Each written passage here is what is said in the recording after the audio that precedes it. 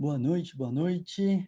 Aquele momento que a gente nunca sabe se está ao vivo ou não, mas a gente agora se concentra aqui para estar com vocês. Então, uma boa noite para todo mundo. A gente está num dia super especial aí, super bacana, né? Primeiro pela companhia do Bruno e da Tief, assim que a gente não se via, a gente aproveita os eventos para se encontrar, trocar ideia, falar dos filhos deles que estão enormes, né? São dois adolescentes já. E é muito bacana também que hoje a gente está num dia de parceria com a Pedro, então é um evento bem importante para nós, né? Ter essa parceria. A gente tem os podcasts do Bruno e da Tia que também tem a ver com isso, né? Então vai ser um dia bem especial. A gente tem hoje, né? Essa questão eles vão apresentar um pouquinho sobre a Pedro e depois falar um pouquinho de PBE e a busca de bases de dados para ajudar vocês no dia a dia, né? Então aquela parte básica e clássica que todo mundo tem dúvida no dia a dia e a ideia é realmente conseguir ajudar vocês rotineiramente. Antes de qualquer coisa, então, Tia, seja muito bem-vinda, boa noite. Quer dizer, bom dia, né? Vocês estão diretamente da Austrália. Boa noite aí no Brasil, Fulco. Obrigado mais uma vez por estar aqui hoje e é um grande prazer estar aqui com vocês. Muito bom. Tia, né, que é a mãe acadêmica da Verônica, que a gente acabou de gravar o podcast também, do Prêmio CAPES, né? Então, parabéns, né, ao vivo aqui também, acho que é bem legal. Quem não escutou o episódio Obrigada. lá, escuta. Uma ótima jornada aí. E, Bruno, seja muito bem-vindo também. Bom dia para você. Fala, Fulco, tudo bem? Bom dia, boa noite, sei lá, nunca sei o que é, mas pra gente é bom dia, aí no horário do Brasil é boa noite. É um prazerzão, prazer estar aqui e acho que vai ser divertido. Com certeza, com certeza. Então, só para a gente literalmente começar do começo, né? A gente vai hoje, vou mostrar aqui um pouquinho até a própria página da Pedro, que acho que a Tia depois vai aprofundar e explicar um pouquinho melhor algumas coisas, que é aonde vocês realmente podem fazer as doações e literalmente ajudar, né, a sustentar, manter a Pedro, que é um dos nossos grandes presentes aí da profissão, que é ter uma base de dados específica para fisioterapia, né? Então, não vou falar muito também porque a Tia e o Bruno vão falar mais detalhadamente, mas só mostrando aqui, vou deixar esse link também das doações no YouTube aqui, vou deixar ele fixo, e depois fiquem super à vontade aí, e a gente pede para ter esse esforço, já pedi para te mostrar aí depois o quanto de impacto aí que teve esse evento, mas a ideia é ter essa partilha, essa troca, tá? Então, vamos sem grandes enrolações. Eu sei que tem um monte de gente aqui, deixa eu só ver direitinho no YouTube. Estamos aí com perto de 60 pessoas já ao vivo. Então, o pessoal vai se chegando, vai, né, pegando seu lugar. Então, fiquem super à vontade. Bruno, Thier, por favor, agora com vocês. Podem compartilhar a tela, mostrar. Eu vou cuidar aqui do chat com o pessoal e qualquer coisa eu vou trazendo para vocês aqui, tá? E então a gente começa com a Tia, ela vai apresentar um pouquinho sobre a Pedro brevemente, e depois o Bruno vai vir com a parte dele, tá bom? Então fiquem super à vontade, aproveitem a sua super aula aí. Então, boa aula, Tia. Obrigada, Fulco. Bom, então vamos lá. Só para me apresentar rapidamente, meu nome é Tia, eu sou fisioterapeuta, atualmente pesquisadora da Universidade de Sydney e colaboradora da Universidade de Cidade de São Paulo também. Eu venho colaborando com o Pedro desde 2014, quando vim para Sydney, né, na Austrália, fazer meu doutorado, e hoje eu estou de volta aqui na Austrália.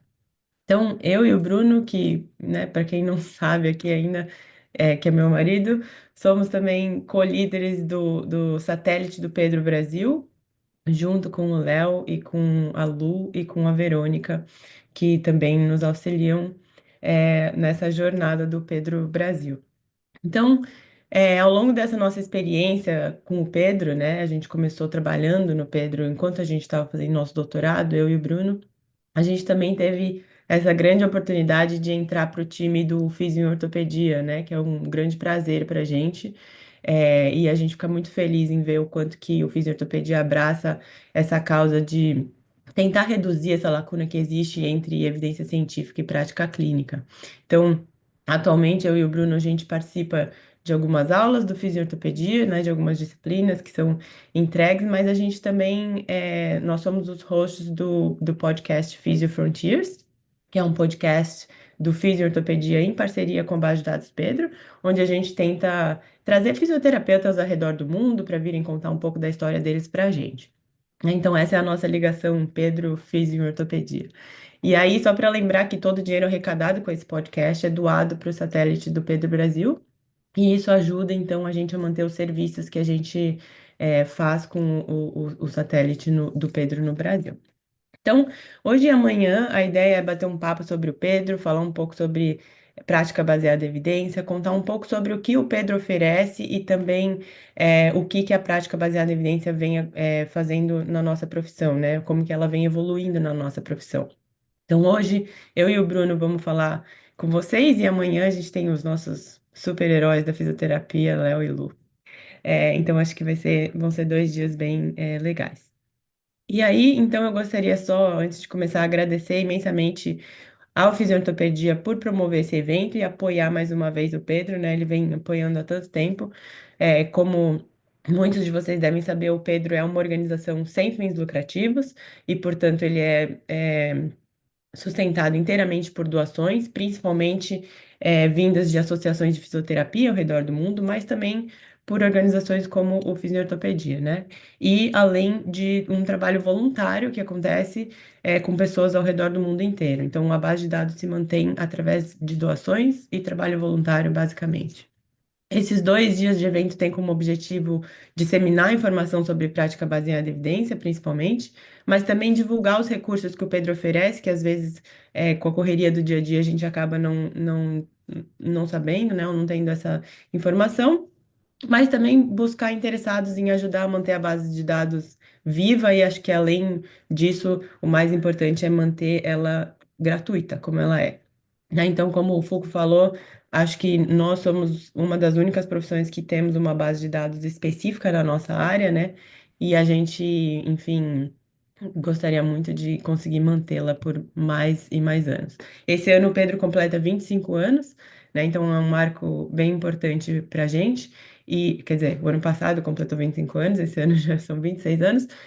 E a gente espera, enfim, continuar com a base de dados de Pedro por mais e mais anos aí.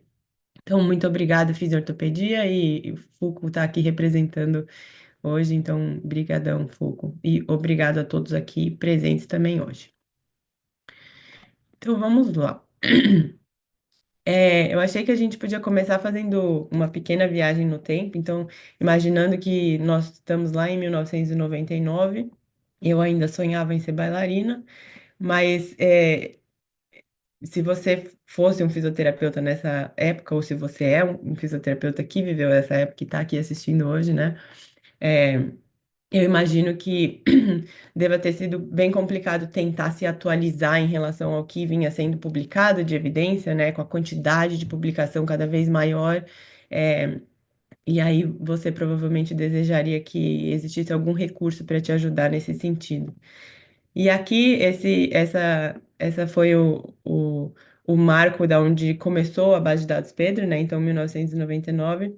Está representado aqui por essa máquina do tempo, que foi a melhor que eu encontrei para conseguir colocar os 5 criadores do Pedro dentro dela. Então, para quem não sabe, essas cinco pessoas aqui na foto são os criadores do Pedro, todos são fisioterapeutas australianos. E a base de dados simplesmente surgiu com a ideia deles, depois deles terem uma pilha de estudos impressos acumulados ali na sala de um deles, que é o Rob Hebert. Então a gente tem a Cat Sherrington, a Anne Mosley, o Chris Ma, o Rob Hebert e o Mark Elkins, que são os 5 criadores da base de dados Pedro, né? E aí, 25 anos depois, a gente está aqui, então, celebrando não só os 25 anos do Pedro, mas também o quanto que a prática baseada em evidência mudou depois que essa base de dados foi criada. Bom, então acho que é interessante também a gente começar refletindo um pouco sobre a fisioterapia como profissão, né? Todos nós sabemos os desafios que a gente enfrenta para implementar a prática baseada em evidência, mas também a gente sabe que o resultado dos pacientes e o sucesso dos tratamentos dependem muito disso, né?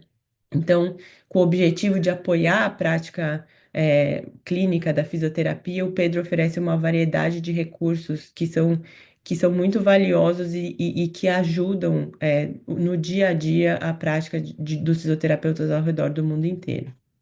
E é disso que eu vou falar um pouquinho hoje. Então, eu decidi compartilhar alguns marcos importantes aqui hoje com vocês, mas a base de dados Pedro oferece muito mais, então fica à vontade para conferir os outros recursos no site. Acho que depois dessa aula o Foucault vai deixar também alguns links de acesso para facilitar para vocês. É, e o primeiro que eu gostaria de destacar é a própria base de dados em si, né? Então, o banco de dados que a Pedro oferece. Então, o banco de dados ele é, vamos dizer, a espinha dorsal do Pedro, né? É como uma biblioteca de evidências da fisioterapia, né? Então, como eu falei no início, era uma pilha de artigos impressos e hoje a gente tem mais de 63 mil revisões sistemáticas, ensaios clínicos e diretrizes de prática clínica indexadas na base de dados, tá? Além disso, o alcance do Pedro é enorme hoje em dia, né, em termos de como ele tem sido utilizado ao redor do mundo e acessado pelos fisioterapeutas. O Pedro é acessado por mais de 215 países e vale a pena lembrar que o Brasil, como vocês podem ver aí nessa imagem, o Brasil tem a imagem mais escura porque ele é o país que mais acessa o Pedro e vem sendo consecutivamente nos últimos 5 anos ou mais. Então, é, o Pedro tem uma média de mais de 10 mil buscas diárias, né? E isso representa mais ou menos uma busca a cada 7 segundos, ou até menos, se eu não me engano. Esse dado foi atualizado recentemente. Bom, o segundo marco eu acho que é a escala Pedro, né? Ela funciona como um boletim escolar, né, vamos dizer assim, para dar uma nota para cada ensaio clínico que é indexado na base de dados. Então, ele é como se fosse um boletim da pesquisa científica, né? E se o banco de dados da Pedro é uma biblioteca, vamos dizer assim, a escala Pedro é como se fosse o bibliotecário. Então, ele garante que você encontre ali as melhores evidências possíveis, né? E o terceiro marco eu acredito que são os programas de treinamento e as campanhas que o Pedro oferece, que são diversas, como eu falei, mas eu vou falar aqui de algumas, né? E isso também inclui diversos tutoriais que o Pedro tem em vídeos no canal do YouTube e todos os recursos que eles oferecem ali no site. Mas tem, então, como eu falei, dois programas específicos que eu achei legal mencionar aqui hoje. E o primeiro deles é a campanha Pedro Tackle Barriers, ou Pedro Quebrando Barreiras, em português, que teve como objetivo principal ouvir as dificuldades relatadas pelos fisioterapeutas para usar a prática baseada em evidência no seu dia a dia, né? E tentar oferecer estratégia, então, para superar essas barreiras. Basicamente, foram identificadas 4 principais barreiras, né? Então, falta de tempo, idioma, falta de acesso à evidência e conhecimento estatístico foram as 4 principais barreiras reportadas por fisioterapeutas ao redor do mundo. E o Pedro, então, foi atrás de conversar com esses fisioterapeutas e com outros fisioterapeutas e com outros profissionais, né, para tentar trazer recursos de como superar essas barreiras.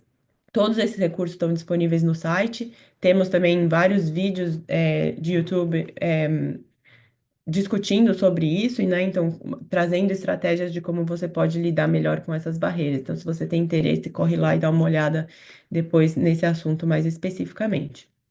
E o segundo programa ou treinamento que eu gostaria de falar aqui hoje é o treinamento da Escala Pedro.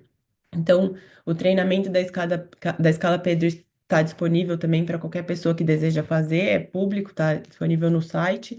Ele ensina como avaliar a qualidade metodológica dos ensaios clínicos em fisioterapia, né, que é então aquela nota que o Pedro disponibiliza para cada ensaio clínico dentro da base de dados. Aquela nota é feita através da escala Pedro, então o treinamento você aprende a avaliar o artigo, a qualidade metodológica do artigo através da escala Pedro. E é importante ressaltar, então, que a base de dados oferece essa nota, né, e que você consegue selecionar o ensaio clínico por essa nota que é dada ali no site, na base de dados. E essa avaliação ela é feita por dois examinadores, e como eu falei, esses examinadores são voluntários, então eles fazem esse trabalho, né, sem receber nenhum salário, e tal. E, enfim, a gente tem avaliadores do mundo inteiro, porque a gente também tem diversos estudos que não são em inglês, são em outros idiomas e tal.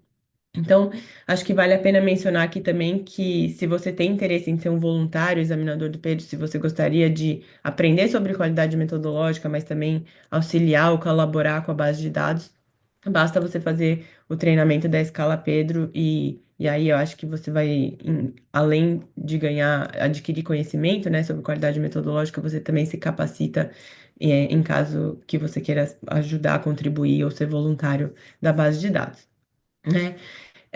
Então, lembrando que todas as informações estão no site, se você quiser saber mais sobre isso. E o site tem uma versão inteiramente em português também, né? Então, a gente tenta superar essa barreira do idioma, que é uma barreira muito grande, e disponibilizando o site em alguns idiomas, e um deles é em português. E além do inglês, o único outro idioma que o treinamento da Escala Pedro está disponível é o português também. Então, aproveitem aí se vocês têm interesse. O treinamento da Escala Pedro está disponível inteiramente em português também. Talvez vocês reconheçam a voz da gravação do treinamento, que é minha. Beleza. E aí eu queria falar de alguns outros recursos, né, que a base de dados oferece.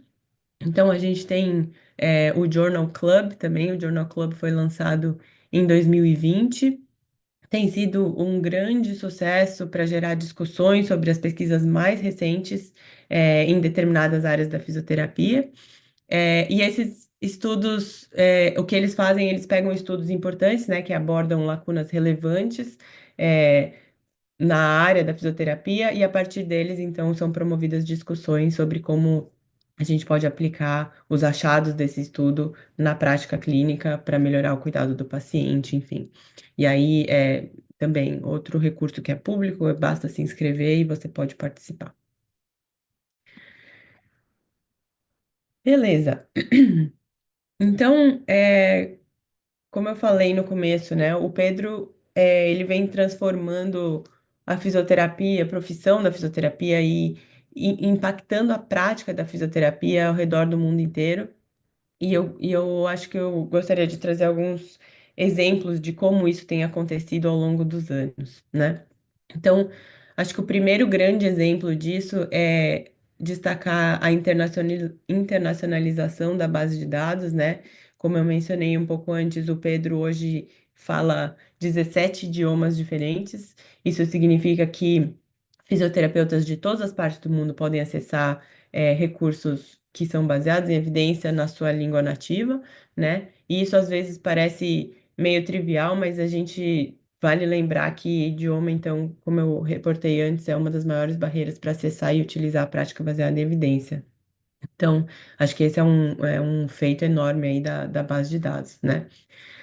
O segundo exemplo de impacto, eu acho que é o evidência na sua caixa de entrada, né? O Evidence in Your Inbox, que eu acho que é provavelmente a forma mais fácil de você tentar se manter atualizado hoje em dia na área de fisioterapia, né? O Pedro, então, ele pode te enviar todas as evidências e todas as recentes publicações de uma área específica do seu interesse. Você só precisa registrar lá, colocar qual área você tem de interesse e você recebe mensalmente que tem de mais recente em publicação nessa área. E, por último, mas obviamente não menos importante, as newsletters, né? Então, a newsletter traz informações sobre pesquisas, descobertas mais recentes da área da fisioterapia e também, de novo, basta você se inscrever lá que você recebe gratuitamente essas informações. Então, acho que para finalizar a minha parte, eu gostaria só de dizer, né, que essas pessoas que, enfim, eu tenho muita admiração, porque eu fiz meu doutorado, Chris Ma foi o meu orientador, a Anne Mosley também foi minha orientadora, mas eu trabalhei e trabalho ainda muito de perto com eles. É, então, essas cinco pessoas fizeram o que eu acho que hoje a gente chama de comunidade da fisioterapia, né? Eles iniciaram o que hoje a gente chama como comunidade de fisioterapia e eu, enfim, como fisioterapeuta, sou muito grata a isso. E hoje, mais do que colaboradora da base de dados Pedro, que eu sou há mais de 10 anos, na verdade, eu, como fisioterapeuta brasileira, né, eu acho que é importante reconhecer o quanto que o Pedro transformou a nossa profissão e os profissionais, principalmente no Brasil, ao longo desses 25 anos. Então, é incrível ver o que que o Pedro oferece de recurso, o que esses recursos, como esses recursos auxiliam na prática clínica e para trazer um melhor desfecho aí para o nosso paciente. Então, eu gostaria só de agradecer, pedir que a gente continue de mãos dadas, tentando manter essa base de dados que é tão importante para a nossa profissão, e lembrando que se cada um fizer um pouco, eu acho que a gente consegue manter, esse recurso que é tão valioso na nossa área. Muito obrigada, então, e agora eu acho que eu passo a bola para o Bruno. Muito obrigado, Tia, muito obrigado. Sempre bom saber um pouco desses bastidores, né? Acho que um pouquinho do processo de criação e principalmente acho que entender todas as ações como que a galera pode usar, né? Então acho que é aquela coisa que a gente tem que repetir, a pessoal se familiarizar para poder usar e isso ficar parte da rotina, né? Então, muito bom. Bruno deu uma sumida com a câmera, não sei se a câmera dele, o que que aconteceu? Hum. Mas não sei, Boa. eu acabei de perceber. Espera aí, eu vou só tentar tentar arrumar isso aqui. Espera aí, Fica tranquilo. segura aí. Gente, Eu nunca tive problema com câmera, nunca. Eu acho que esse negócio de eu estar no browser, não no Zoom. Você estava com a câmera até agora, né? exato. Então, Ele desligou no momento sozinho. Mas, de qualquer forma, Bruno, se você quiser, agora que é o momento que você vai compartilhar a tela também, acho que a é, galera eu, consegue pelos pode ser. slides. Eu posso sair e entrar ou vai dar problema? Ah, se você quiser fazer, acho que agora a parte expositiva, fica melhor, e depois, na hora que a gente for interagir com o Pode ser. pessoal, a gente faz Pode essa ser. entrada. Tá, eu tento sair e entrar. Porque apareceu uma mensagem aqui que é alguma coisa que eu fecho o seu browser e rejoin, mas tudo bem. Eu vou compartilhar aqui. Sem problemas. Aproveitando, a gente dá uma boa noite para a galera aí. E que a Adriana Lunardi está com a gente, nossa minha professora, né? Colega de trabalho de Minha vocês, então, também. super bacana. Então, um beijo aí. Legal. E fiquem à vontade aí. Então, Brunão, Ótimo. agora é contigo. Beleza. Tô compartilhando? Sim, Tá, então é só a câmera mesmo que tá com problema. Esquisito. É, mas legal, então acho que vocês estão me ouvindo e vocês estão vendo o meu slide aqui. Eu coloquei um QR Code aqui, vocês têm o link de doação da nossa campanha, né? Ele tá fixado aí nos comentários, mas tem um QR Code aqui que para quem quiser. Então deixa eu me apresentar primeiro. Bom, sou o Bruno, como vocês estão vendo aqui, escrito, sem imagem, mas com o meu nome pelo menos. Eu sou professor do programa de mestrado e doutorado da Unicid e no momento eu estou aqui na na University of Technology Sydney, Universidade de Tecnologia de Sydney, onde aqui eu dou aula de PBE também. Eu dava aula de PBE na Unicid, dou aula de PBE aqui, acho que faz quase 10 anos que eu dou aula de PBE, é um assunto que eu adoro. E amanhã vocês vão ter o Léo e a Lu, que o Léo foi meu professor de PBE no mestrado, que me apresentou para isso, né? Quando ele voltou da Austrália, eu tive aula com ele, e ele praticamente fez a ponte, né, entre eu e o meu orientador e a tia também. Então, vai ser legal. Então, acho que amanhã também vai ser muito bom esse evento. Então, vamos lá. Eu sei que o nosso tema é mais busca em base de dados, mas acho que a gente tinha que falar bastante sobre a Pedro, né? E ainda mais a tia, que ela fez essa apresentação também na festa de 25 anos do Pedro, aqui foi aqui em Sydney. E eu vou trazer um pouco desde uma parte mais básica, né, da PBE, até a gente ir mesmo para a busca. Porque não tem como falar de busca diretamente sem falar de pergunta de pesquisa, sem falar do porquê a gente precisa de prática baseada em evidência. Tá. Então, eu vou fazer deixa eu só arrumar minhas telas aqui. Bom, para começar, né? Como eu falei, eu dou aula de PBE já faz quase 10 anos. e quase 10 anos eu tenho essas mesmas fotos do Chitãozinho Chororó, como os pais da evidência. Eu faço essa mesma piada já há quase 10 anos. É, e para quem está perto de mim, para quem é meu aluno, para quem é minha esposa, acho que é meio cansativo. Mas eu tenho, né? Eu fiz slide uma vez, a gente vai usando o mesmo slide e essa piadinha está sempre aí, das evidências. Mas eu quero falar um pouquinho primeiro do o que é, por quê e como fazer, tá? Então essa definição é uma definição que eu gosto bastante, que fala que a PBE é a integração da melhor evidência disponível, somada à experiência clínica, somado aos valores do paciente. Eu acho que essa frase faz muito sentido e resume muito bem o que é a prática baseada em evidência. Não é ler artigo, né? Você pegar um artigo e falar, vou reproduzir o que está no artigo. É você integrar esse artigo, essa evidência, à sua experiência e aos valores específicos do seu paciente, né? Ou seja, as preferências do seu paciente, ao contexto do seu paciente e do seu ambiente, tá? Então, acho que essa é a primeira coisa que a gente tem que ter em mente, né? É o quê, né? O que é, né? Evidência clínica, experiência profissional, preferência do paciente, isso é a PBE, tá? Eu tenho um exemplo que eu sempre dou em aula, às vezes, que é só para refletir um pouco, né? Imagina que você está tratando uma jogadora de futebol de 19 anos, ela está 7 meses após uma reconstrução de LCA, ela está muito motivada para voltar a competir antes do final da temporada. A temporada acaba em 2 meses. Tá? Então, ela fez um programa bem sólido de reabilitação e ela está se sentindo pronta e ela atende todos os critérios de retorno ao esporte. Força, salto, DEMS, seja lá quais forem os outros critérios de retorno.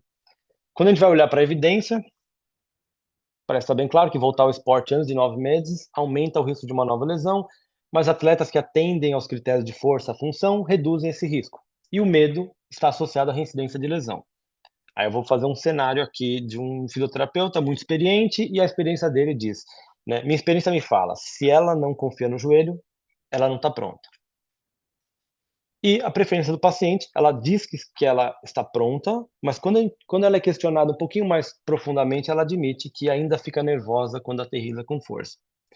Então, esse é um exemplo de juntar evidência, experiência e preferência e uma possível ação, né? Eu não vou falar qual é o certo ou errado aqui, mas uma possível ação é, talvez valha a pena focar na preparação psicológica, desenvolver confiança, exposição gradual, né? Exposição a cenários completos de jogo, e esperar até os 9 meses da reabilitação, até que ele esteja mentalmente pronta também para retornar. Então, essa seria uma ação possível para esse caso, um caso utilizando um caso simples, mas tentando utilizar a evidência, experiência e preferência do paciente, tá? Então essa é só uma introduçãozinha rápida, depois se você tiver em dúvida a gente pode conversar mais depois. E aí, né, eu falei o quê, né, o que é isso, é simples de entender, né, esses 3 pilares da PBE. E aí por quê? Por que que a gente precisa de PBE, né? Por quê? Porque, na verdade, se você usar ou não evidência científica, pode ser que você ganhe dinheiro do mesmo jeito. Pode ser, eu acho que não, né? Eu acho que você vai ganhar muito mais, vai ter muito mais confiança e os seus pacientes, né? A longo prazo você vai ter um melhor serviço aos seus pacientes, sendo um profissional baseado em evidência, mas se você quiser enganar seus pacientes, pode ser que você ganhe dele dinheiro, tá? Mas eu acho que tem uma razão muito maior, porque você escolheu ser um profissional de saúde, né? Isso não só para fisioterapia, você tem que entender que os nossos pacientes têm o direito de receber um tratamento baseado na melhor evidência possível, tá? É um direito do seu paciente. Eticamente, a gente é obrigado a fazer isso. Então, assim, eticamente, na nossa profissão, a gente é obrigado a fazer PBE, tá? Então, acho que não tem muito mais para falar por que a gente precisa de PBE. Eu acho que essa é uma razão já bem forte, tá? Outros motivos, né?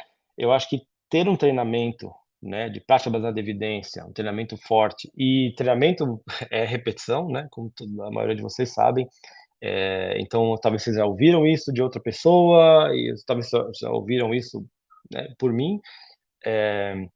Mas é importante a gente ter um treinamento sólido de prática baseada em evidência, porque isso vai mudar não só a nossa profissão, como a gente atende nosso paciente, mas a nossa vida também, né? O que a gente faz com as nossas escolhas, né? Tem uma série muito legal agora na Netflix, eu pedi até meus alunos aqui da UTS assistirem, a gente discutiu em aula, que é aquela série, acho que é Vinagre de Maçã, em português, né? Apple Cider Vinegar, Vinagre de Maçã. É, que é uma história de uma pseudociência baseada numa mentira que fez pessoas pararem de fazer um tratamento que funciona para fazer algo que não funciona, uma falácia, né? Então isso acontece o tempo todo, tá? Eu trouxe aqui alguns exemplos bem simples, assim, de coisas que, né, do porquê a gente precisa, né, de ser um profissional baseado em evidência, porque é importante a gente ser crítico com a informação que a gente recebe, ainda mais hoje em dia. Bom, quem é mais novo que eu, tá sendo bombardeado por influencers e informação de indústria no Instagram. Tem muita coisa boa, mas tem muita coisa ruim, tem muita falácia, né? Tanto é que essa série, né, que eu citei da Netflix, ela usa muito disso, né? As influencers que inventaram um negócio, criaram uma comunidade gigante baseado numa mentira, tá? Então algumas coisas, né, a dieta detox, né, que se você gosta eu acho até gostoso. Alguns têm mais açúcar que acho que uma barra de chocolate, mas você quer fazer uma dieta detox, você quer comer mais saudável, tem evidência para você ser mais saudável, mas se você entrar na indústria detox, é uma indústria bilionária que é uma falácia, vai falar que você precisa eliminar toxinas que eles nem sabem quais toxinas são, né? Não tem evidência nenhuma que tem essa toxina, não tem evidência nenhuma que se você tem um fígado, né, rim, 2 de preferência, você não precisa de nada de detox, né? Então, a mesma coisa com multivitamínicos, né? Talvez a gente não precisa de A, zinco, talvez a gente pode suplementar uma ou outra vitamina, mas de A a zinco talvez pode até aumentar o seu risco de mortalidade, né? E aí outros exemplos também indo dentro da área, né? Homeopatia, acho que é muito discutido isso, né, por aí, quando se fala de prática baseada em evidência. Tem o kinesiotaping, é um caso também na fisioterapia. A ventosa, né, para dor lombar, parece que não funciona. Então, assim, muitas intervenções que não funcionam são muito usadas e tem muita discussão. Eu fiz um ensaio clínico junto com o Hugo, o Marcelo Cardoso, o pessoal da UFRN, a gente fez um ensaio clínico de ventosa e é incrível, assim, eu lembro de ver, assim, no Instagram, Twitter, assim, pessoas da, sei lá, Associação Brasileira de Ventosa, alguma coisa assim, comentando e falando assim: "Ó, esse estudo aqui é muito ruim, não pode acreditar", dando motivos que não existiam no nosso estudo, que era, acho que é Pedro nota 8 ou 9, acho. Então não faz muito sentido. Mas são só exemplos para a gente ser mais críticos. Por isso que eu gosto de ensinar PBE, porque torna as pessoas mais críticas e a gente debate um pouco mais, né? Dito isso, né, por que alguns tratamentos parece que funcionam? Tem várias razões, acho que isso também pode ser repetição para muita gente, né, história natural, né, a minha área que é mais dor crônica, dor lombar, osteoartrite, a dor lombar tem uma história natural muito boa, né, 60% dos pacientes acabam melhorando sozinhos de 4 a 6 semanas. Então, às vezes você fez lá ultrassom e massagem, o paciente melhorou, você está atribuindo isso ao seu tratamento, mas na verdade só a natureza agiu. A regressão para a média também, né, o paciente ele tende a buscar tratamento quando ele tem uma dor 8, né, uma dor de 0 a 10, uma dor 8, sendo que a média dele é ali 4, 5.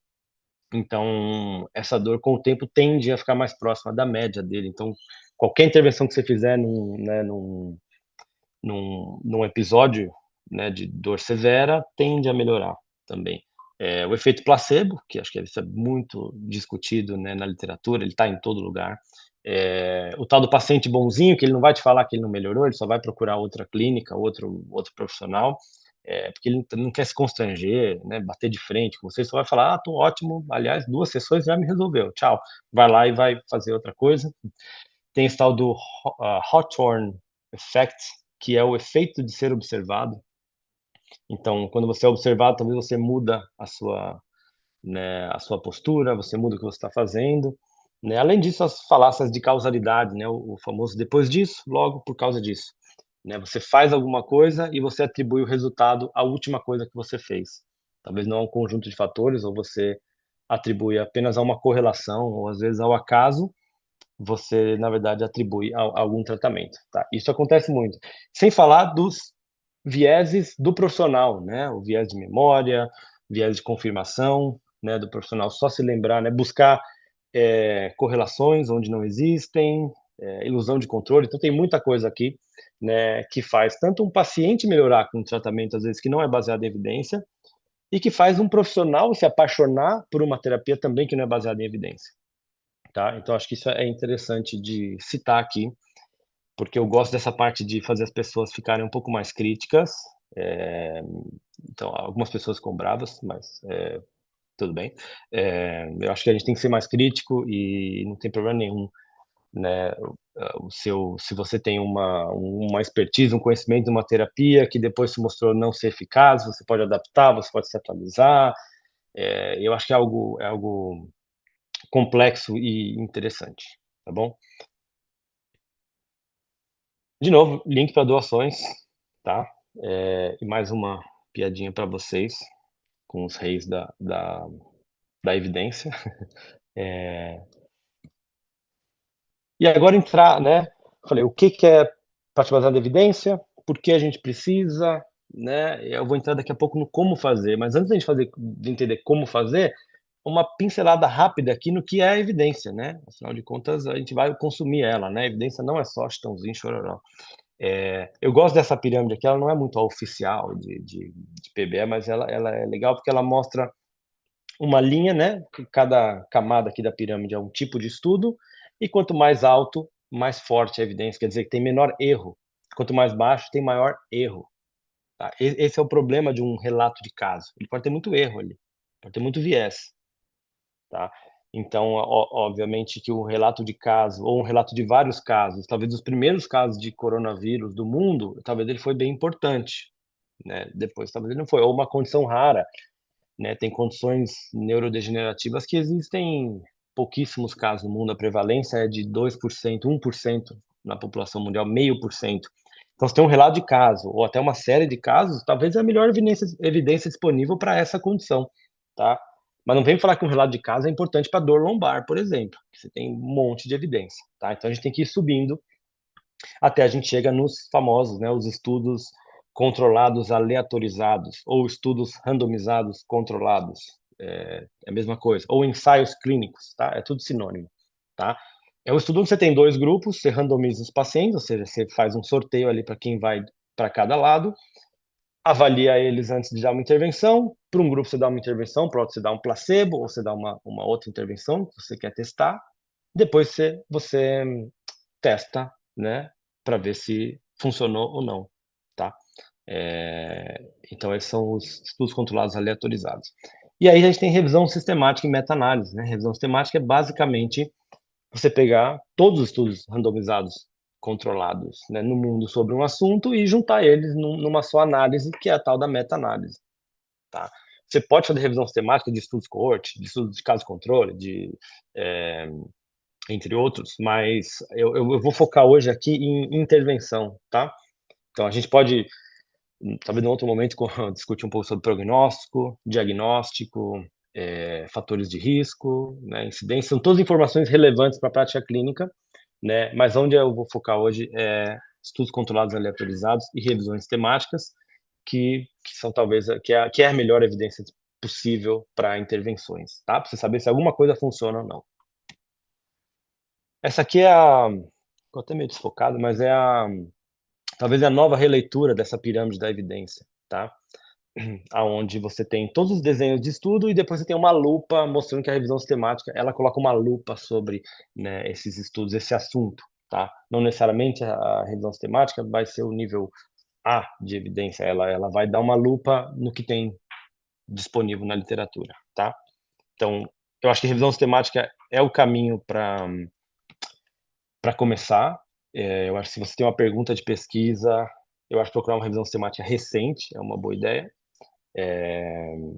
Ou, né, os ensaios clínicos, tá? Peraí, deixa eu mudar. Acho que a tia mostrou algum desses gráficos aqui, mas só mais alguma coisa sobre evidência, né? É complexo buscar por evidência, é complexo consumir artigo científico, dá trabalho. Às vezes, em 1 minuto, você consegue achar os artigos que você precisa. Mas pegar esse artigo, entender, fazer uma avaliação crítica, utilizar na sua prática é a parte complexa, tá? Eu acho que vai ser mais tema de amanhã do Léo e da Lu, tá? Mas, bom, há evidência demais? Sim, tem muita evidência para muita coisa, tá? Quase 50 mil ensaios clínicos, né? 80 mil ensaios clínicos, revisões sistemáticas e guidelines. Então, é mais ou menos aquilo, né, que a tia estava falando, né? Lá em 1999, quando criaram o Pedro, tinha 5 mil, ou até menos, ensaios clínicos, né, de fisioterapia. Hoje em dia tem 50 mil, né? Graças a Deus que existe o Pedro, né? Graças ao Rob Ann Mosley, Chris Ma, Cat Sherrington, Mark Elkins. Então, assim, essa base Pedro, ela é muito importante para isso. Ela vai te dar só o que é ensaio clínico com uma notinha lá, bonitinha, revisão sistemática e os guidelines, né? As diretrizes de prática clínica, tá? Então, tem evidência demais, por isso que a gente tem que saber consumir de forma crítica. Porque esse gráfico estava na apresentação da tia também, falando sobre a escala Pedro, né? A evidência é sempre de alta qualidade? Não, na verdade não. Na verdade, a média ali é nota 5 para 6 na Pedro, né? Pouquíssimos têm a nota 10, pouquíssimos têm a nota 0, tá? Então, o legal de ter a nota para cada ensaio clínico é isso, né? Para um clínico que vai consumir evidência, precisa achar evidência rápida, você ter uma notinha já é um primeiro guia. Você fala assim, ó, essa aqui eu posso confiar um pouquinho mais. É claro que você pode ter um estudo com a nota alta e ser um ensaio clínico de 15 pacientes, que tem um problema complicado de poder ali, tá? Mas eu acho que já ajuda muito, tá? E como a tia falou, existe o treinamento da escala Pedro para você se aprofundar na escala Pedro. Isso vai te ajudar a ler qualquer ensaio clínico, porque você vai ter um treinamento com como fazer uma avaliação crítica de um artigo. Então, acho que isso é muito importante.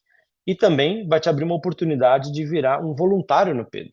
Então, se você não quer dar um cafezinho para o Pedro, em vez de doar, você pode doar o seu tempo para o Pedro, que é muito tão valioso quanto, né, fazer o treinamento da escala Pedro. Você pode falar, se você quer ser um voluntário do Pedro, você pode mandar um e-mail para mim ou para a Tia.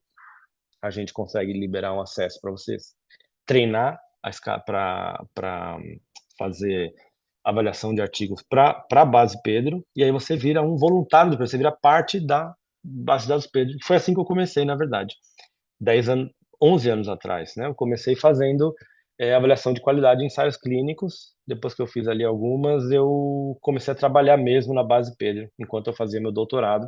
Então, toda sexta era o meu dia de trabalhar no Pedro. Eu cuidava de buscas, avaliação e revisão sistemática, indexação de artigos. Então, para mim foi muito bom. E disso, hoje eu faço parte da diretoria do Pedro, né? E também, né, lidero junto com a Tia, com o Léo e com a Lu, o Pedro Brasil. Outra coisa muito importante para a gente falar, se a gente vai falar de prática baseada em evidência, se a gente vai falar de consumir artigo científico, a gente tem que falar sobre aprender inglês, ainda mais, né, para a gente que está no Brasil, a gente sabe que nem todo mundo tem o inglês forte, e é uma coisa, né, é uma coisa comum, mas a grande maioria esmagadora de artigos está em inglês. Se você for consumir só o que tem publicado em português, você vai se dar mal. Na verdade, eu acho que a última vez que eu li um artigo em português, eu nem lembro quando foi, faz muito tempo. Porque até coisa que nós brasileiros produzimos de boa qualidade, a grande maioria está em inglês. Você pode achar uma coisa ou outra em português, mas a grande maioria vai estar em inglês. Se o objetivo é uma publicação, é disseminação, inglês é a língua oficial da pesquisa. Então, assim, você não precisa falar inglês, fazer apresentações em inglês, você tem que conseguir ler em inglês, tá? E quanto mais você lê, melhor você fica, tá? Eu lembro muito bem na época de mestrado, na época de graduação, lá atrás, não tinha ChatGPT, nem tinha Google Tradutor. Era dicionário, imprimia o artigo, palavra que eu não sabia, eu olhava no dicionário e escrevia em cima. É isso. Isso não é tanto tempo atrás, não. E meus colegas faziam a mesma coisa. O segundo artigo, você coloca menos palavras. O terceiro, menos, depende se você fala, ó, eu já conheço essa palavra. Porque a linguagem científica, ela não é uma coisa muito mirabolante, né? Você não vai ler né, Kant em inglês, né? Uma peça de Shakespeare. Você está lendo uma metodologia que todo mundo praticamente usa o mesmo tipo de palavra, a mesma estrutura de método, de apresentação de resultados, muito número. Então, não é difícil ler um artigo em inglês, tá? É só mesmo sentar a bunda, e ainda mais hoje em dia, tem 1000 recursos que traduz para você. Então, eu acho que isso não é mais uma desculpa para não consumir evidência, tá? Há um tempo atrás, ali 10, 12 anos atrás, tem um estudo da Tati, que foi orientanda do Léo, na Unicid sobre barreiras de PBE. Eu lembro que idioma de publicação era uma das barreiras principais, se eu não me engano, né? Eu acho que hoje em dia não é mais, porque a gente tem muita tecnologia para ajudar. Então, mas saibam disso, consumam coisas em inglês. Ou você pode ir para o mandarim ali, tem um pouquinho de evidência em mandarim, mas acho que é mais difícil que inglês. E aí, entrando um pouquinho, né, afunilando, né, perguntas de pesquisa, né, saiba a sua pergunta, tá? Eu estou falando aqui que estudo controlado aleatorizado, revisão sistemática é a melhor evidência possível, eu estou falando de relação causal, estou falando de efetividade de tratamento, tá? Se eu quero saber a prevalência de uma condição, eu preciso de um estudo transversal, né, que avaliou alguma coisa em algum ponto do tempo, né? Se eu perguntar aqui para todo mundo, a gente está em, sei lá, 100 e poucas pessoas, eu falar, dá um oi no chat quem tem dor lombar agora. Eu estou vendo a prevalência de dor lombar na live do Fisioterapia com Pedro. Então é o estudo pontual, tá? Se eu quero incidência, se eu quero entender, né, história natural, prognóstico, fator de risco, eu preciso acompanhar essas pessoas, né? Eu preciso acompanhar todos os 100 que estão aqui e ficar mandando mensagem praticamente todo dia, falando, você tá com dor lombar hoje? Não tá? Tá. E depois de 2 anos eu vou falar, ó, a incidência em 2 anos de um coorte de 120 pessoas, né, interessadas em PBE é tanto, tá?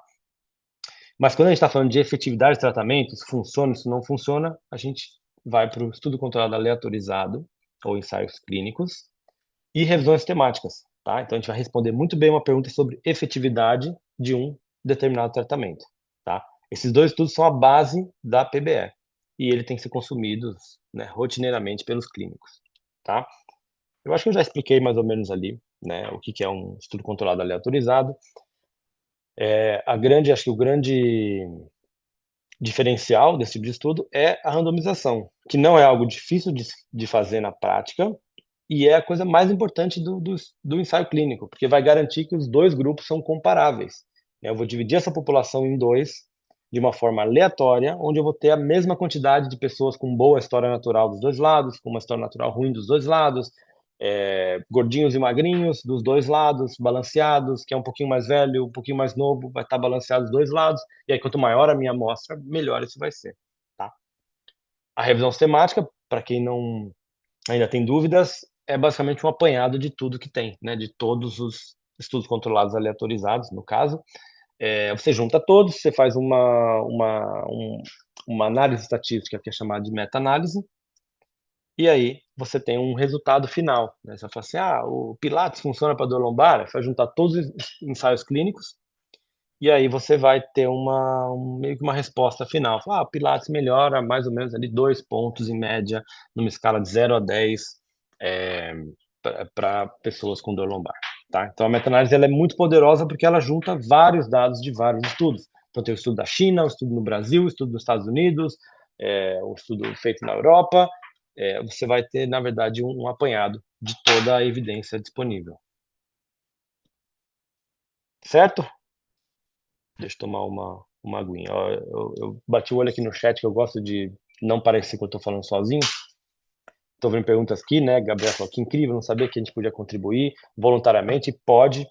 No meu último slide tem os nossos e-mails, nosso contato, porque a gente tem o Pedro Brasil, e o Pedro Brasil a gente faz muito essa parte, né, de colaborar com a base Pedro, tá?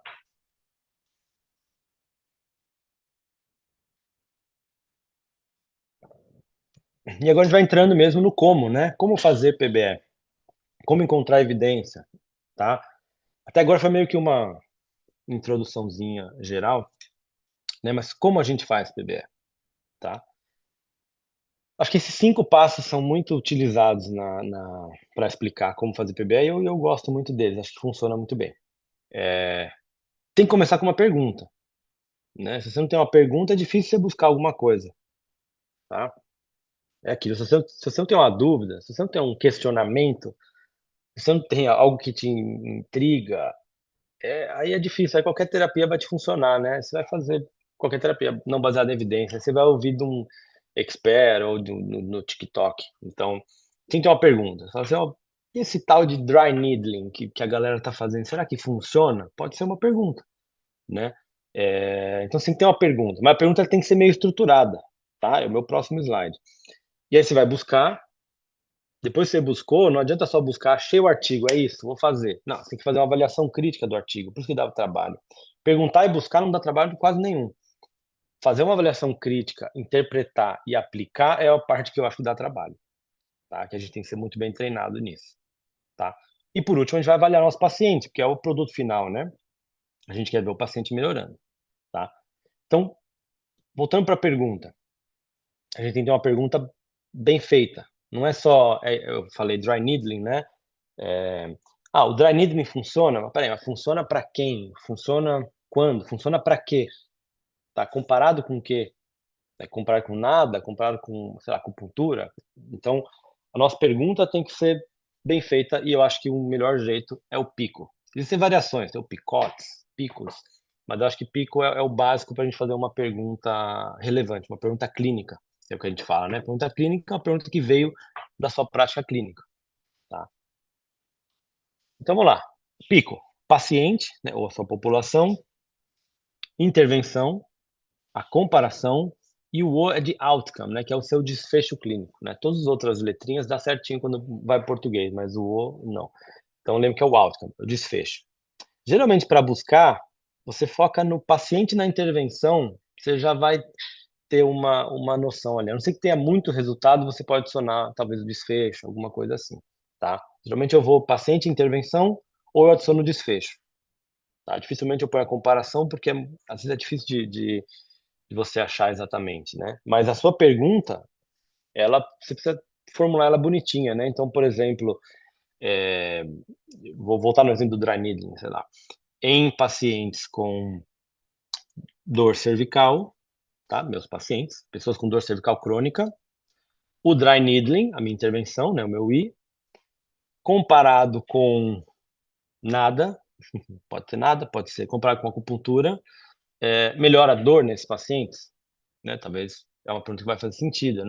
Eu acho que eu não vou esperar que o dry needling ou que a acupuntura vai melhorar amplitude de movimento. Bom, pode ser uma pergunta também.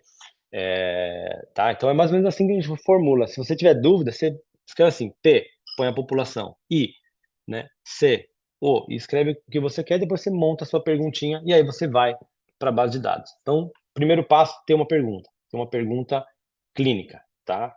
Uma pergunta que não seja muito genérica, tá? Segundo passo é procurar, né? Como é que eu vou procurar a evidência, né? Onde eu vou procurar, tá? Eu vou focar no Pedro hoje, que acho que é todo um evento para a base Pedro. Eu acho que e é o fisioterapia, então um pouquinho mais. Eu sei que tem gente que não é fisioterapeuta que está aqui, tá? Mas eu vou focar um pouquinho mais na Pedro, que é a base de fisioterapia. Só tem ensaio clínico, revisão sistemática e diretriz de prática clínica. Mas, né, o PubMed é a maior base, talvez, né, gratuita do mundo. O PubMed você acha de tudo. Tudo que está na Pedro vai estar no PubMed. Só que na Pedro ele está mais bonitinho para você, que é fisioterapeuta. Mas se você quiser saber sobre medicamento, né, efetividade de medicamento, aí tem que ser PubMed, tá? Prognóstico, PubMed, prevalência, incidência, fator de risco, tá? E aí tem a DITA, ou Odita, eu nunca sei né, se eles são, se é o Pedro ou a Pedro, eu fico variando entre os dois, né, mas o Dita, ele é meio que o irmão, a irmã do Pedro, que é de Diagnostic Test Accuracy, né, de acurácia diagnóstica, uma base de dados como se fosse a Pedro, mas só para acurácia diagnóstica. Eu quero ver se esse teste funciona para eu detectar tal condição. Ele vai te falar, né, especificidade, sensibilidade, né, acurácia diagnóstica desses testes. Eu acho que isso é uma base muito importante. Acho que no futuro a gente pode falar mais sobre o DITA, falar mais sobre, né, acurácia diagnóstica na prática clínica, que eu acho que é importante. A gente vive fazendo um monte de testes especiais aí que, na verdade, não são informativos, tá? Então, Pedro, PubMed, DITA, talvez as principais bases de dados, e a Cochrane, que a Cochrane só tem revisão sistemática ali, e as revisões Cochrane são conhecidas como as melhores revisões temáticas do mundo, tá? Porque às vezes você vai na Pedro, você vai buscar evidência, você vai achar 10 revisões temáticas. E agora, o que eu faço? Tem 10 revisões temáticas. Minha sugestão, começa pelas revisões Cochrane. Mesmo no Pedro vai estar escrito entre parênteses lá, Cochrane Review. Assim, ó, é uma revisão Cochrane, então eu posso confiar um pouquinho mais, né? A segunda coisa que você deve olhar talvez é a data de publicação. Mesmo se for uma revisão Cochrane, se ela for de 2012, tá um pouquinho desatualizada, né? Se tiver alguma outra coisa mais recente, talvez valha a pena você dar uma olhada, tá? Então acho que pensa nisso, Cochrane, depois a data de publicação e talvez a revista, né? Onde foi publicado, né? Procurar se essa revista, né? O quão impactante é essa revista na área, tá? E aquilo, eu mostrei o gráfico lá atrás. Tem evidência demais? Tem muita evidência. Então tem evidência, tem evidência muito mal feita também, tá? Vamos lá. Beleza, então a gente falou de pergunta e busca, tá? Agora eu vou só parar um pouquinho meu compartilhamento. Ainda não vou parar, eu só vou mudar o meu compartilhamento aqui, só para a gente ir lá para Base Pedro. Peraí, deixa eu me achar aqui no Zoom. Só vou mudar.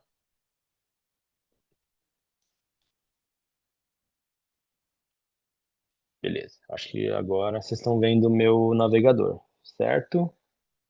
Sim, tá passando já. Beleza. Então só para mostrar mais a carinha aqui, né? A carinha do Pedro. Tem a nossa campanha, né? A tela inicial do Pedro vai ser em inglês, tá? Mas se você quer o Pedro em português, você vai aqui nessa barrinha aqui de língua, né? Idioma, né? Olha quantas traduções já tem, né? Do Pedro, tá? Então você tem o português. E aí quando você vai em português, você vai ter toda essa informação em português. Você já vai vir já de novo, né? R$ 5 agora. Paga um cafezinho, a campanha, um pouquinho sobre o Pedro. E aí você tem, né? Buscar, navegar, aprender, recursos sobre.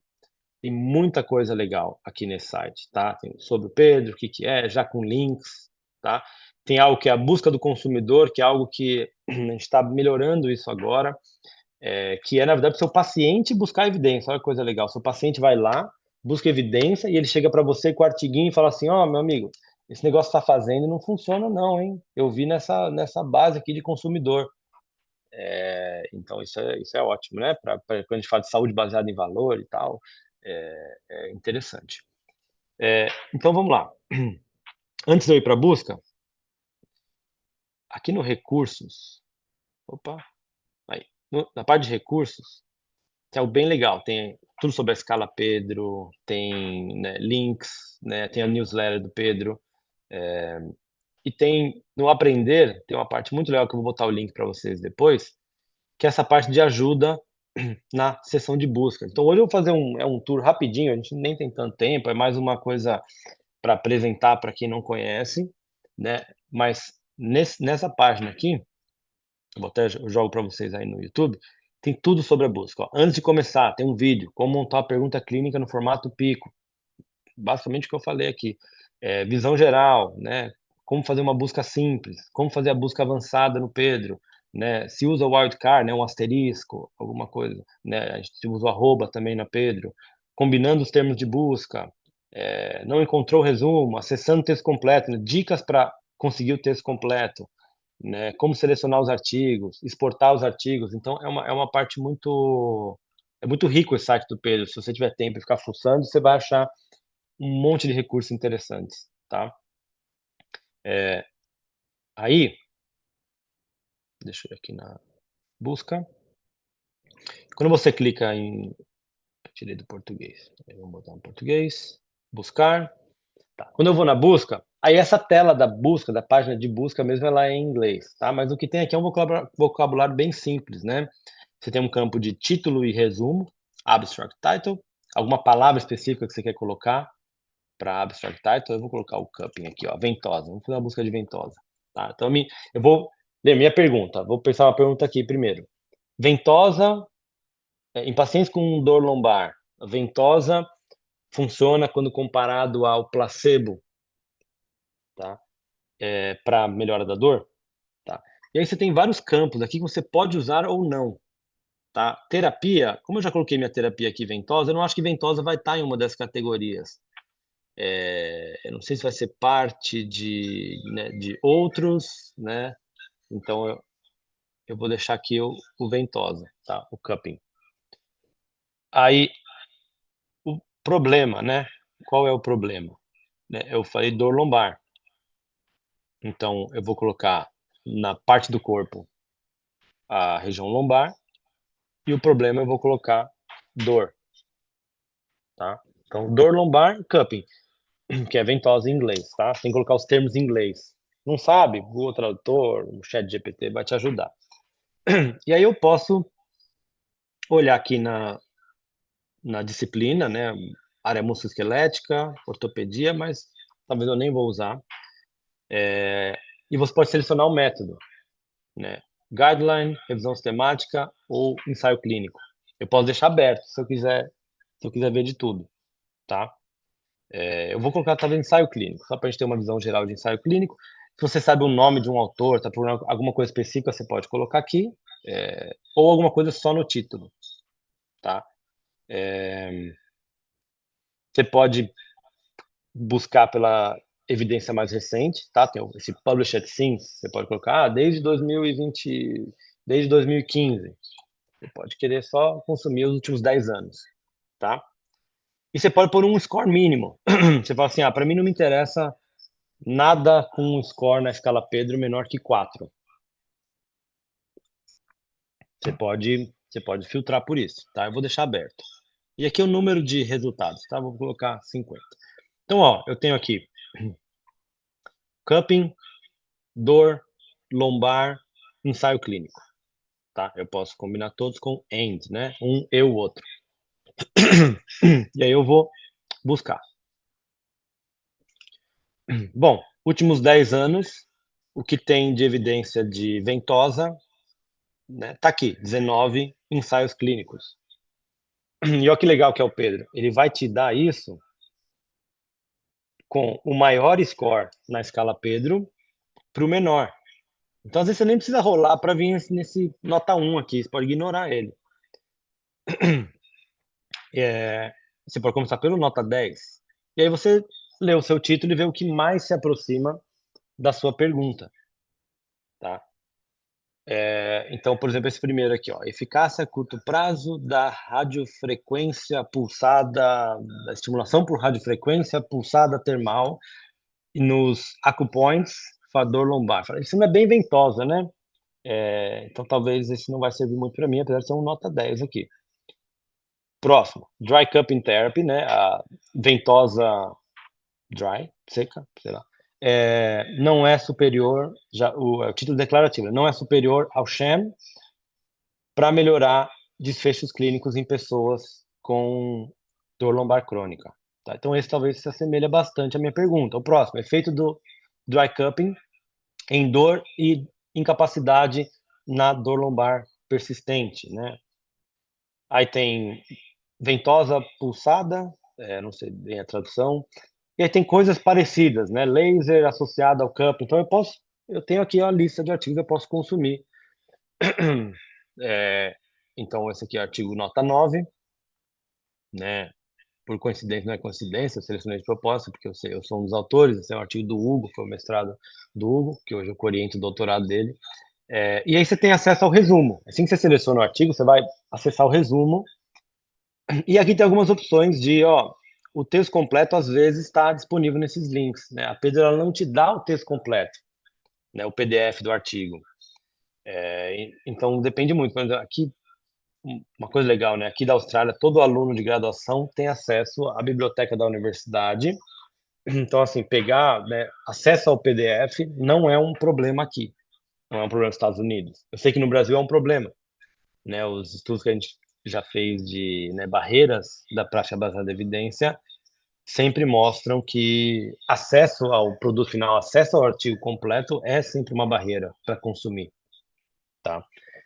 Mas tem algumas opções e a gente fez até um estudo que você tem boa chance de achar o PDF em algum desses links, tá? Eu acho que chega a 60% a 70% de chance de você conseguir achar o PDF.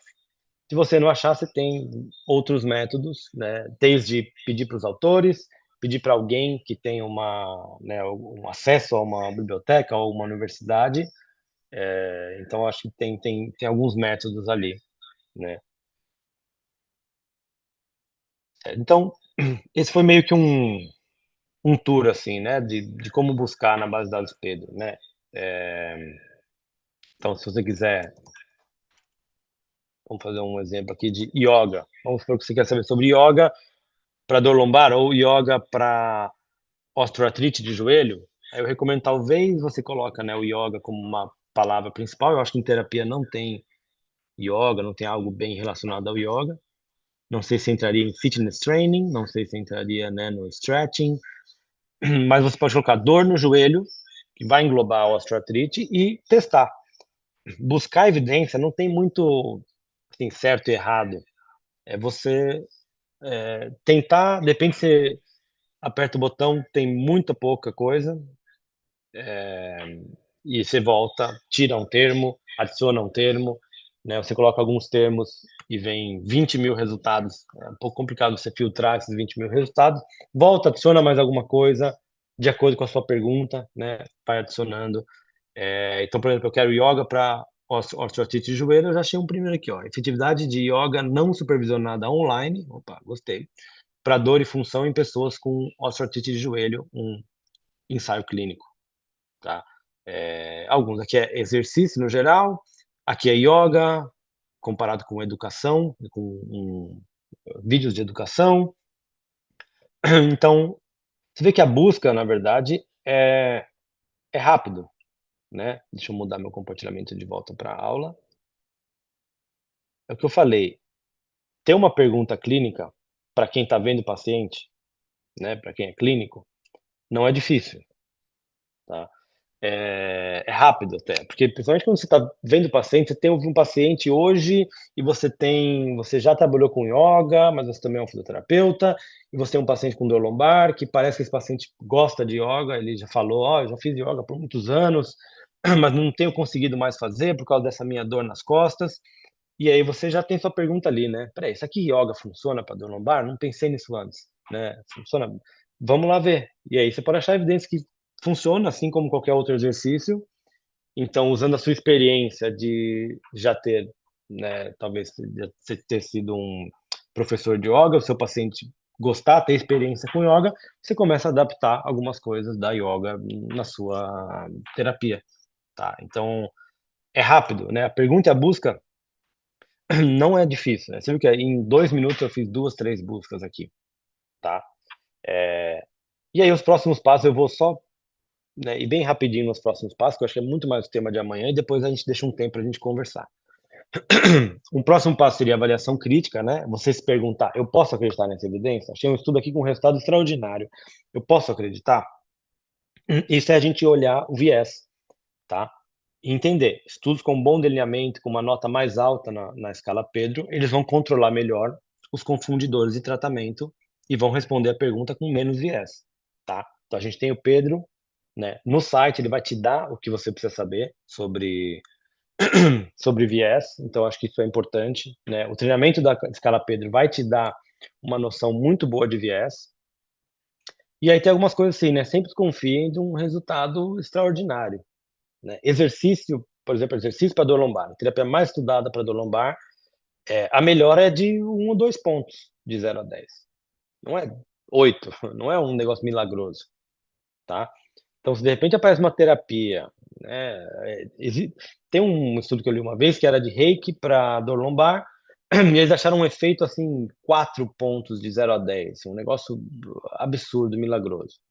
Aí eu fui ler o estudo, cheio de viés, cheio de problema, a gente até mandou uma carta para, né, para esse estudo.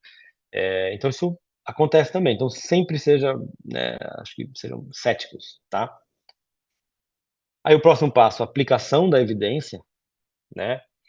Interpretar essa evidência, você precisa ter um pouco de conhecimento estatístico, tá? Entender o que é uma diferença média, o intervalo de confiança, né, a precisão da estimativa, se o tamanho desse efeito é clinicamente importante, né? Isso depende muito de contexto.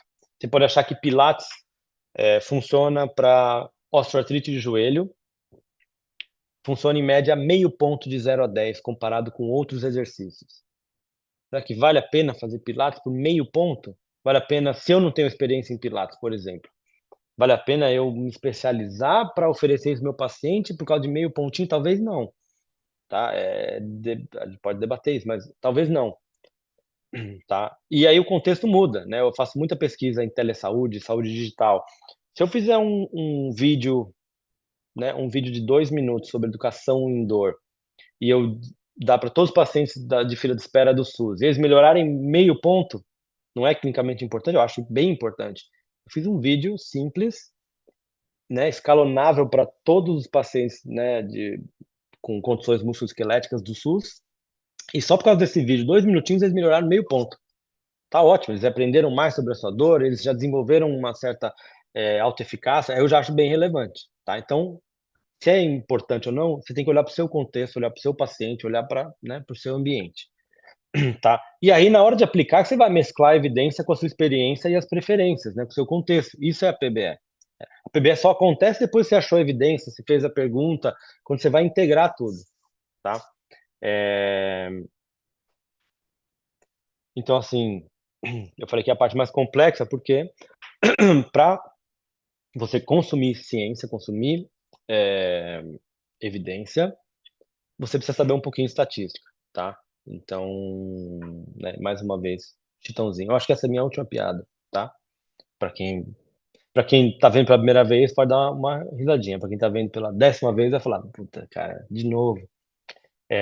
E o último passo, né? O último passo da PBE, né? Pergunta, busca, avaliação crítica, aplicação, e aí a gente quer saber se o paciente melhorou ou não, né? Avaliação do paciente, use medidas, né, válidas, monitore o progresso do seu paciente, reflita, né? O que funcionou, o que não funcionou, e daí vão surgir novas e novas perguntas, novas buscas, e esse é um ciclo sem fim, ainda bem, porque você vai ser um profissional que vai estar sempre, né, se atualizando. Então, eu acho que vai ser importantíssimo.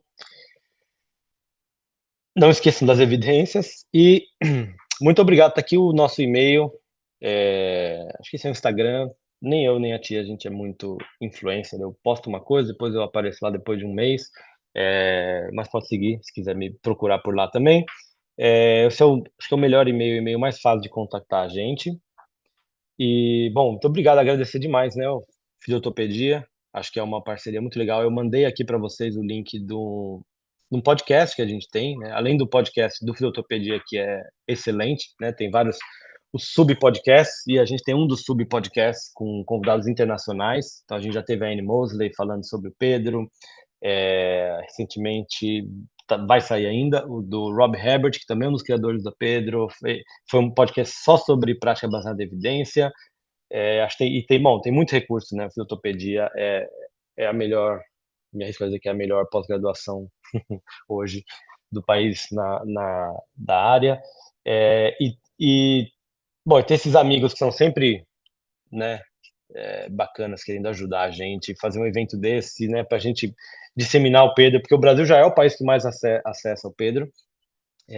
Então, acho que isso é muito importante. Eu vou parar de compartilhar para a gente, talvez, conversar um pouquinho. E eu vou tentar arrumar minha câmera. Talvez, Fuco, Isso que eu ia começa falar, você, Bruno. a Se Tia. você quiser sair e entrar, eu vou segurando aqui. Tia voltou Tá, aqui, eu vou né? Tá fazer querendo isso. também. Mas muito bom. Tá bom, eu já Tem algumas volto. perguntinhas que a gente deixei aqui para responder ao vivo. Tia, se você puder, né? A Alice perguntou aqui, no caso, a busca será mais efetiva com a pergunta no Pedro do que apenas buscar uma palavra-chave? Opa, meu microfone estava travado. É, se a busca é mais efetiva com No caso, a busca pergunta no será mais Pedro. efetiva com a pergunta no Pedro do que apenas buscar uma palavra-chave. Eu não Tá, sei, eu acho que ele talvez tenha perguntado do Dex, Mesh, né, que são alguns escritores que tem aí. Se não for isso, Alice, você descreve um pouquinho melhor para a gente, mas se quiser dar uma resposta inicial aí. uhum. Tá, tô imaginando que é aquela busca avançada, né? Ao invés de procurar só por uma palavra-chave. Com certeza vai ser mais efetivo se você conseguir estruturar a sua pergunta e fazer ela encaixar ali naqueles, né, que o Bruno mostrou naquelas janelas da busca avançada, com certeza vai ser mais efetivo porque já vai ajudar a guiar nos resultados mais específicos para sua pergunta, né? Mas, de novo, para fazer isso é preciso ter uma pergunta mais estruturada. Então, às vezes, antes de direto tentar buscar alguma coisa, sentar e E tentar escrever, né, o que que é aquela pergunta, tentar entender direitinho qual que é a sua população de interesse, qual que é a sua intervenção que você está querendo buscar, qual que é o desfecho que você quer melhorar no paciente, né, o principal. Então, se você tiver isso claro na sua cabeça e né, no contexto que você está buscando, eu acho que fica muito mais efetiva a busca se você fizer ela como como uma forma de pergunta. Muito bom, muito bom. Quer complementar alguma coisa, Bruno? Eu mostrei só a busca avançada, porque eu acho que ela é a mais completa. Então, geralmente, eu tento encaixar a população participando do jeito que eu fiz, assim, a dor lombar, tem o lumbar no body part e tem o pain. Então, eu faço o dor lombar e aí eu ponho a intervenção, geralmente, que eu fui para duas intervenções bem específicas, né? Falo assim, yoga, pilates, dry needling, cupping. Você vai direto, você pode pôr direto essa palavra que vai ser, né, vai vir no título ou resumo. Mas tem perguntas mais abrangentes, né? Assim, exercício para osteoartrite. E aí muitas vezes o Pedro ele vai te mostrar os guidelines também, né? As Uhum. diretrizes. Então sabe que as diretrizes elas não vão responder a sua pergunta especificamente, porque vai ser uma diretriz sobre dor lombar, sobre osteoartrite, mas acho que elas vão ser importantes também para você consumir, né? Então eu acho que eu acho que é meio que um mix. Aquilo eu não acho que tem muito certo e errado. Desde que você tem uma pergunta bem específica, né, no formato do pico, eu acho que o que você vai jogando ali é meio que tentativa e erro, né? Porque a Uhum. pergunta às vezes é muito única, né? Então você vai tentando e voltando, tentando e voltando até você achar que você achou um número, né, um número interessante de artigos. Eu vou colocar também aqui no YouTube o link da ajuda do Pedro, dos vídeos de busca do Pedro. Perfeito. E eu acho que até complementando aí, acho que é uma parte interessante, essencial, é um pouco chamar de um letramento científico, porque a gente tem uma parte teórica, que é o que o Bruno passou, né? Alguns conceitos, alguns nomes específicos de desenhos de estudo, e eu acho que quando a gente consegue, eu acho que é o que eu mais tento passar nas aulas de PBE, é esse treino de qual que é real sua dúvida e qual desenho de estudo que realmente responderia, né? Então, lembrando que a Pedro está só com a parte de intervenções. Então, Isso. como eu falaram, né, se quiser dúvidas sobre prognóstico, sobre prevalência, não é na Pedro que você vai achar. Então, eu acho que o treino que o clínico tem que ter realmente é saber elaborar essa pergunta para refinar Uhum. e realmente achar o que está precisando, o que está procurando, né? E ao mesmo tempo, complementando, eu acho que a questão do inglês, o único momento, por mais que eu sei que hoje, né, eu tenho dentro do Google, tem um monte de extensãozinha que já traduz direto, você ter uma mínima ciência das palavras, ela é muito importante porque na hora que você vai fazer a busca, você sabe qual palavra que tem que colocar, né? Então, Uhum. essa é uma parte importante porque eu acho que muitas vezes as pessoas têm dúvida do que colocar das quais palavras são mais essenciais, né? O que você vai achar. Porque depois você tem toda uma peneira, eu particularmente sempre me divirto olhando os artigos, e eu acho que tem que ter uma prática mais frequente mesmo para se familiarizar, né? Eu acho Uhum. que para ter dúvida precisa fazer. Então, do Uhum. mesmo jeito que a gente aprendeu, né, com várias Exato. outras técnicas manuais, por exemplo, foi fazendo, foi errando, e aí isso não pode desistir de uma única vez, né? Então, acho que é bacana, Uhum. acho que é legal vocês também falarem um pouquinho de dicas de rotina, né? Vocês têm rotinas um pouco mais de pesquisa, obviamente, mas tem sempre que ajudar os alunos, né, desde o mestrado, clínicos. O Bruno e a tia, eu sempre sei que se aproximam muito dos clínicos para elaborar as perguntas, para ter certeza que o que eles estão buscando realmente vai fazer diferença para quem está numa ponta, né? Mas, independente, acho que é legal vocês falarem um pouquinho até dessa criação de rotina para busca e para leitura de artigo. Sim. Tia? Vamos lá. Eu acho que só antes de falar disso, Foco, só complementar o seu ponto que eu acho que é muito interessante que você falou, assim, lembrar, né, que a base de dados Pedro está focada em intervenção direcionada para fisioterapia também, né? Então, às vezes Uhum. a gente está procurando alguma coisa, porque na prática clínica pode ser que você se depare com alguma outra coisa que você queira testar ali ou saber se tem evidência, mas que não está diretamente relacionada à fisioterapia, e daí você não vai encontrar ali, né? Então, só para deixar claro isso também.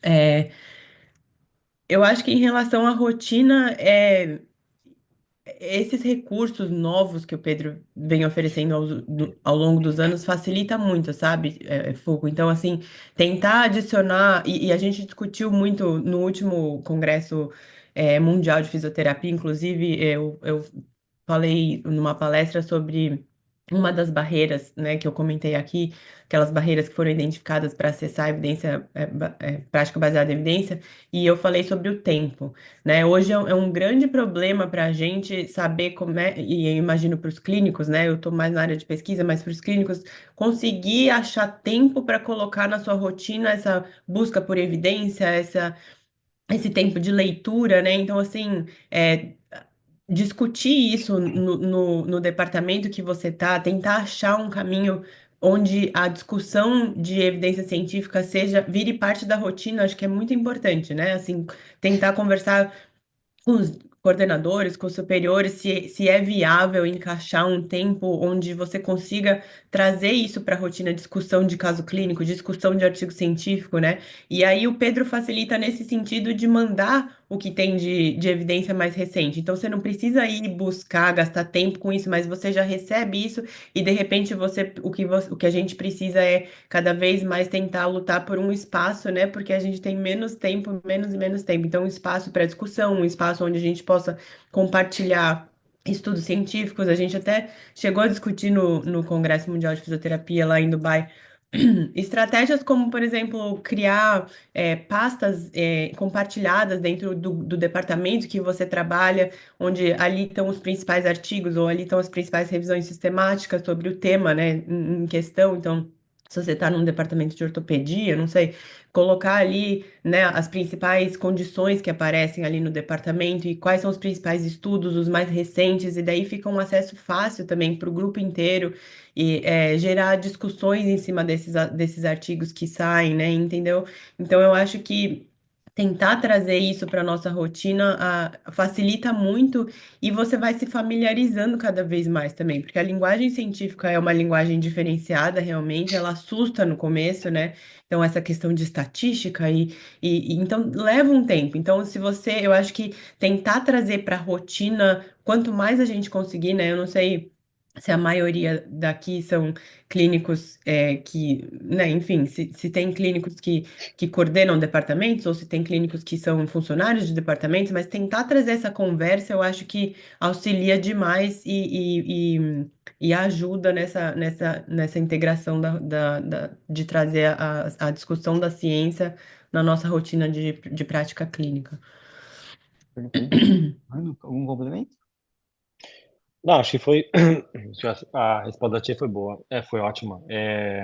Talvez só isso, né? Lembrar que a rotina, a rotina às vezes ela é inimiga do tempo de estudar, né? O tempo de se preparar, né? Porque acho que o que todo clínico quer, na verdade, é ter o tempo de falar assim, "Peraí, deixa eu estudar esse paciente que eu avaliei hoje, né? Uhum. Deixa eu ver o que eu uso, né, para diagnóstico, deixa eu ver qual é o prognóstico desse paciente, né? E todos os domínios, né, possíveis dentro do paciente. Mas às vezes, né, e a gente sabe a realidade de muitas clínicas de fisioterapia que é paciente sem paradas, 7 às 7 ou mais, né? Mas acho que é achar a cultura dentro de onde você tá, de você introduzir alguma coisa. Eu e a Tia, quando a gente começou trabalhando juntos na mesma clínica, depois a gente abriu a nossa própria, antes de sair de vir fazer doutorado. A gente tentava o tempo inteiro ficar, né, ó, vamos fazer uma reunião científica. A gente conseguiu, na época a gente conseguiu, junto com os médicos, outros fisioterapeutas, a gente falou, vamos fazer uma reuniãozinha, nós, um time pequeno, seis, sete, vamos sentar juntos uma vez por semana, a cada 15 dias, e a gente conseguiu, ó, vamos discutir esse artigo hoje, e aí cada um dava a sua opinião. Então eu acho que isso é muito importante, isso é muito rico e faz o trabalho não ser uma coisa tão, né, tocação de serviço, né? Ah, esse Uhum. paciente é isso, eu vou ver se eu faço isso. E aí que você fica só na sua experiência, ganhando cada vez mais experiência, claro, mas depois de 5 anos você não lê um artigo e você está usando as mesmas coisas que você fazia, né, há 5 anos atrás, ou que a pessoa que estava antes te ensinou, te mostrou, e você ficou nessa. Não, aqui a gente só faz isso e eles estão melhorando. Mas será que estão melhorando mesmo, né? Será que, considerando todos aqueles confundidores de tratamento, será que eles estão melhorando? Talvez não. Talvez você precisa, né, consumir, né, mudar e acho que saber a evidência. Ou às vezes eles até estão melhorando, mas será que eles não poderiam melhorar mais? né? De Exato. acordo com o que a gente tem de mais recente, porque a gente está evoluindo todos os dias na ciência, né? Então, Uhum. acho que esse é o ponto também. Estou oferecendo o que tem de melhor hoje para o meu paciente, né? Sim. Eu acho que essa dica é muito boa e normalmente a gente sempre fala, como citou, a gente não tem tempo para olhar todos os pacientes de forma tão completa, infelizmente, né? Seria lindo. E às vezes você pega um É, paciente e fala assim, esse daqui eu vou tentar procurar o máximo de evidência e pega aquele caso que é um pouco mais desafiador, né? Então a ideia é conseguir mostrar alternativas. E ao mesmo tempo, indo um pouco na direção da pergunta da Gabriela aqui, que fala em relação a grupos grandes, como por exemplo idosos, a melhor opção para patologias comuns seria guidelines? Então, essa é uma pergunta muito interessante, até para entender o que um guideline traz, o que uma revisão sistemática traz, o que um ensaio clínico traz, né? Então, assim como eles falaram, prática baseada em evidência não é pegar um protocolo do artigo, reproduzir exatamente igual, porque nessa hora você não está respeitando a preferência do paciente, a sua exato. expertise. Então, eu acho que é importante, eu queria que vocês complementassem isso, porque eu acho que com certeza isso gera muitas dúvidas, que o guideline vai te mostrar os principais pontos e técnicas a se fazer, mas não necessariamente o passo a passo de como é que faz a técnica, né? Ou como que Uhum. lida, e como que, né, dosa, por exemplo. Mas, enfim, deixar vocês complementarem, que eu acho que essa pergunta é Sim. extremamente relevante.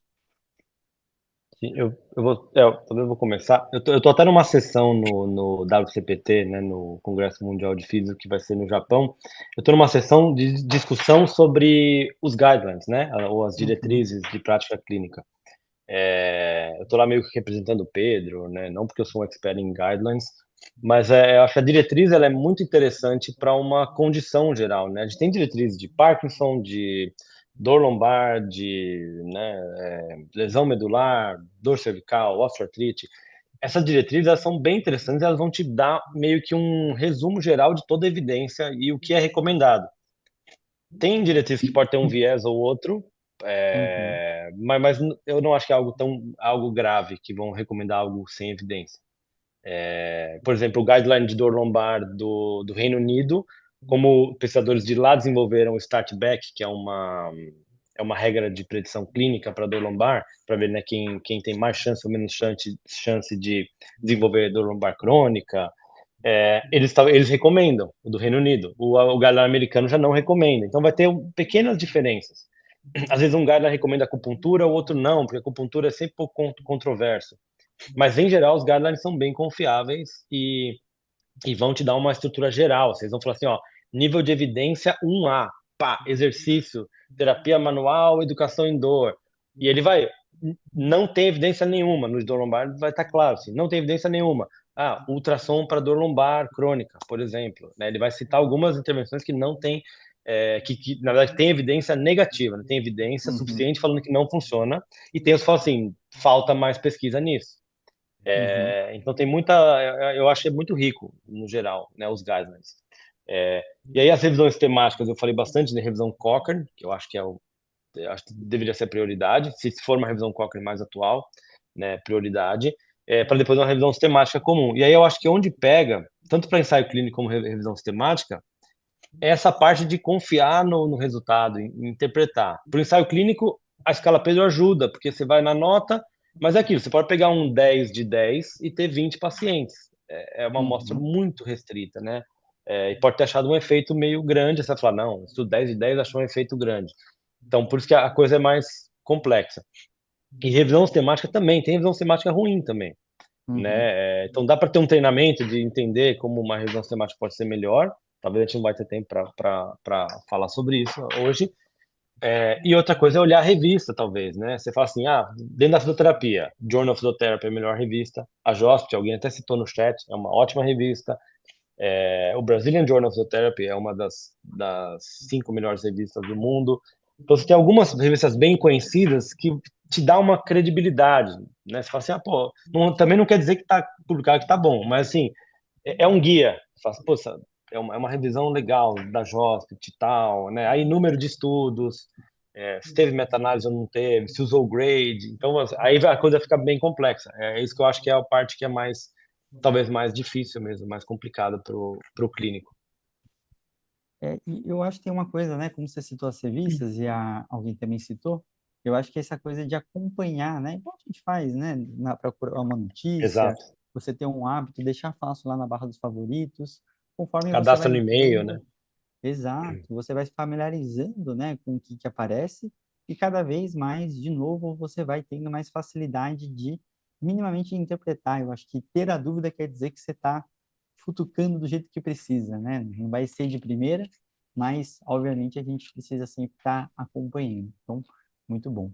Deixa eu só ver se tem mais alguma dúvida do chat. Se vocês quiserem complementar algo específico também, fiquem à vontade. A, a Mila pediu, acho que para você, Bruno, para a busca do consumidor ao paciente, para você citar de novo Ah, tá. aquela parte. Posso compartilhar minha tela rapidinho? Fique à vontade, Bruno. Eu estou Vai aqui ser bem deixando rápido. as serviços principais que você falou. Quem quiser, Ah, já deixa legal. favoritado aí, que aí vocês podem Boa. ficar fuçando aí. Então, no site da Pedro, se for lá embaixo, isso deve estar em outro lugar também, mas aqui embaixo ele vai citar, né? Busca do consumidor. Se você clica aqui, aí essa parte não tem em português, só tem em inglês. Ele vai abrir um jeito de buscar na Pedro com talvez uma plataforma com uma linguagem mais simples, tá? Esse projeto é muito legal, só que ele perdeu um financiamento ao longo dos anos, então ele não foi muito atualizado. Porque hoje em dia, então vamos supor, vou fazer uma busca aqui, ó. A linguagem é um pouquinho mais simples, ó. Ah, isso afeta criança, afeta, older adults, né, idosos. Ah, o sintoma que eu tô tendo é o quê? É dor? É inchaço? Vou por dor, tá? O tratamento que eu quero saber sobre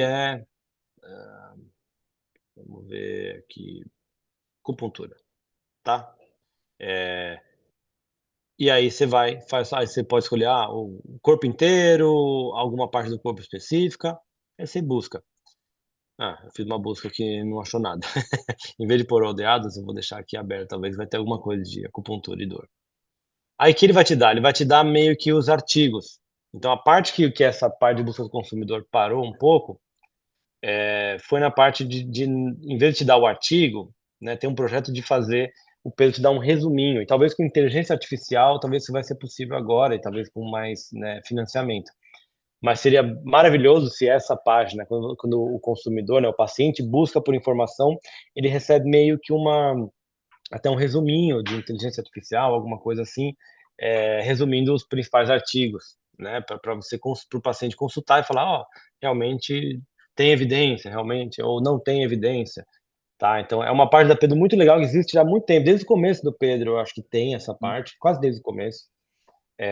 Mas é algo que nunca foi tão para frente por causa de financiamento, né? O Pedro ele fica, né? Tem ano que tinha alguns patrocínios de associações e tal, tem anos que não tinha. Então é isso, né? E o Pedro quer continuar sendo de graça.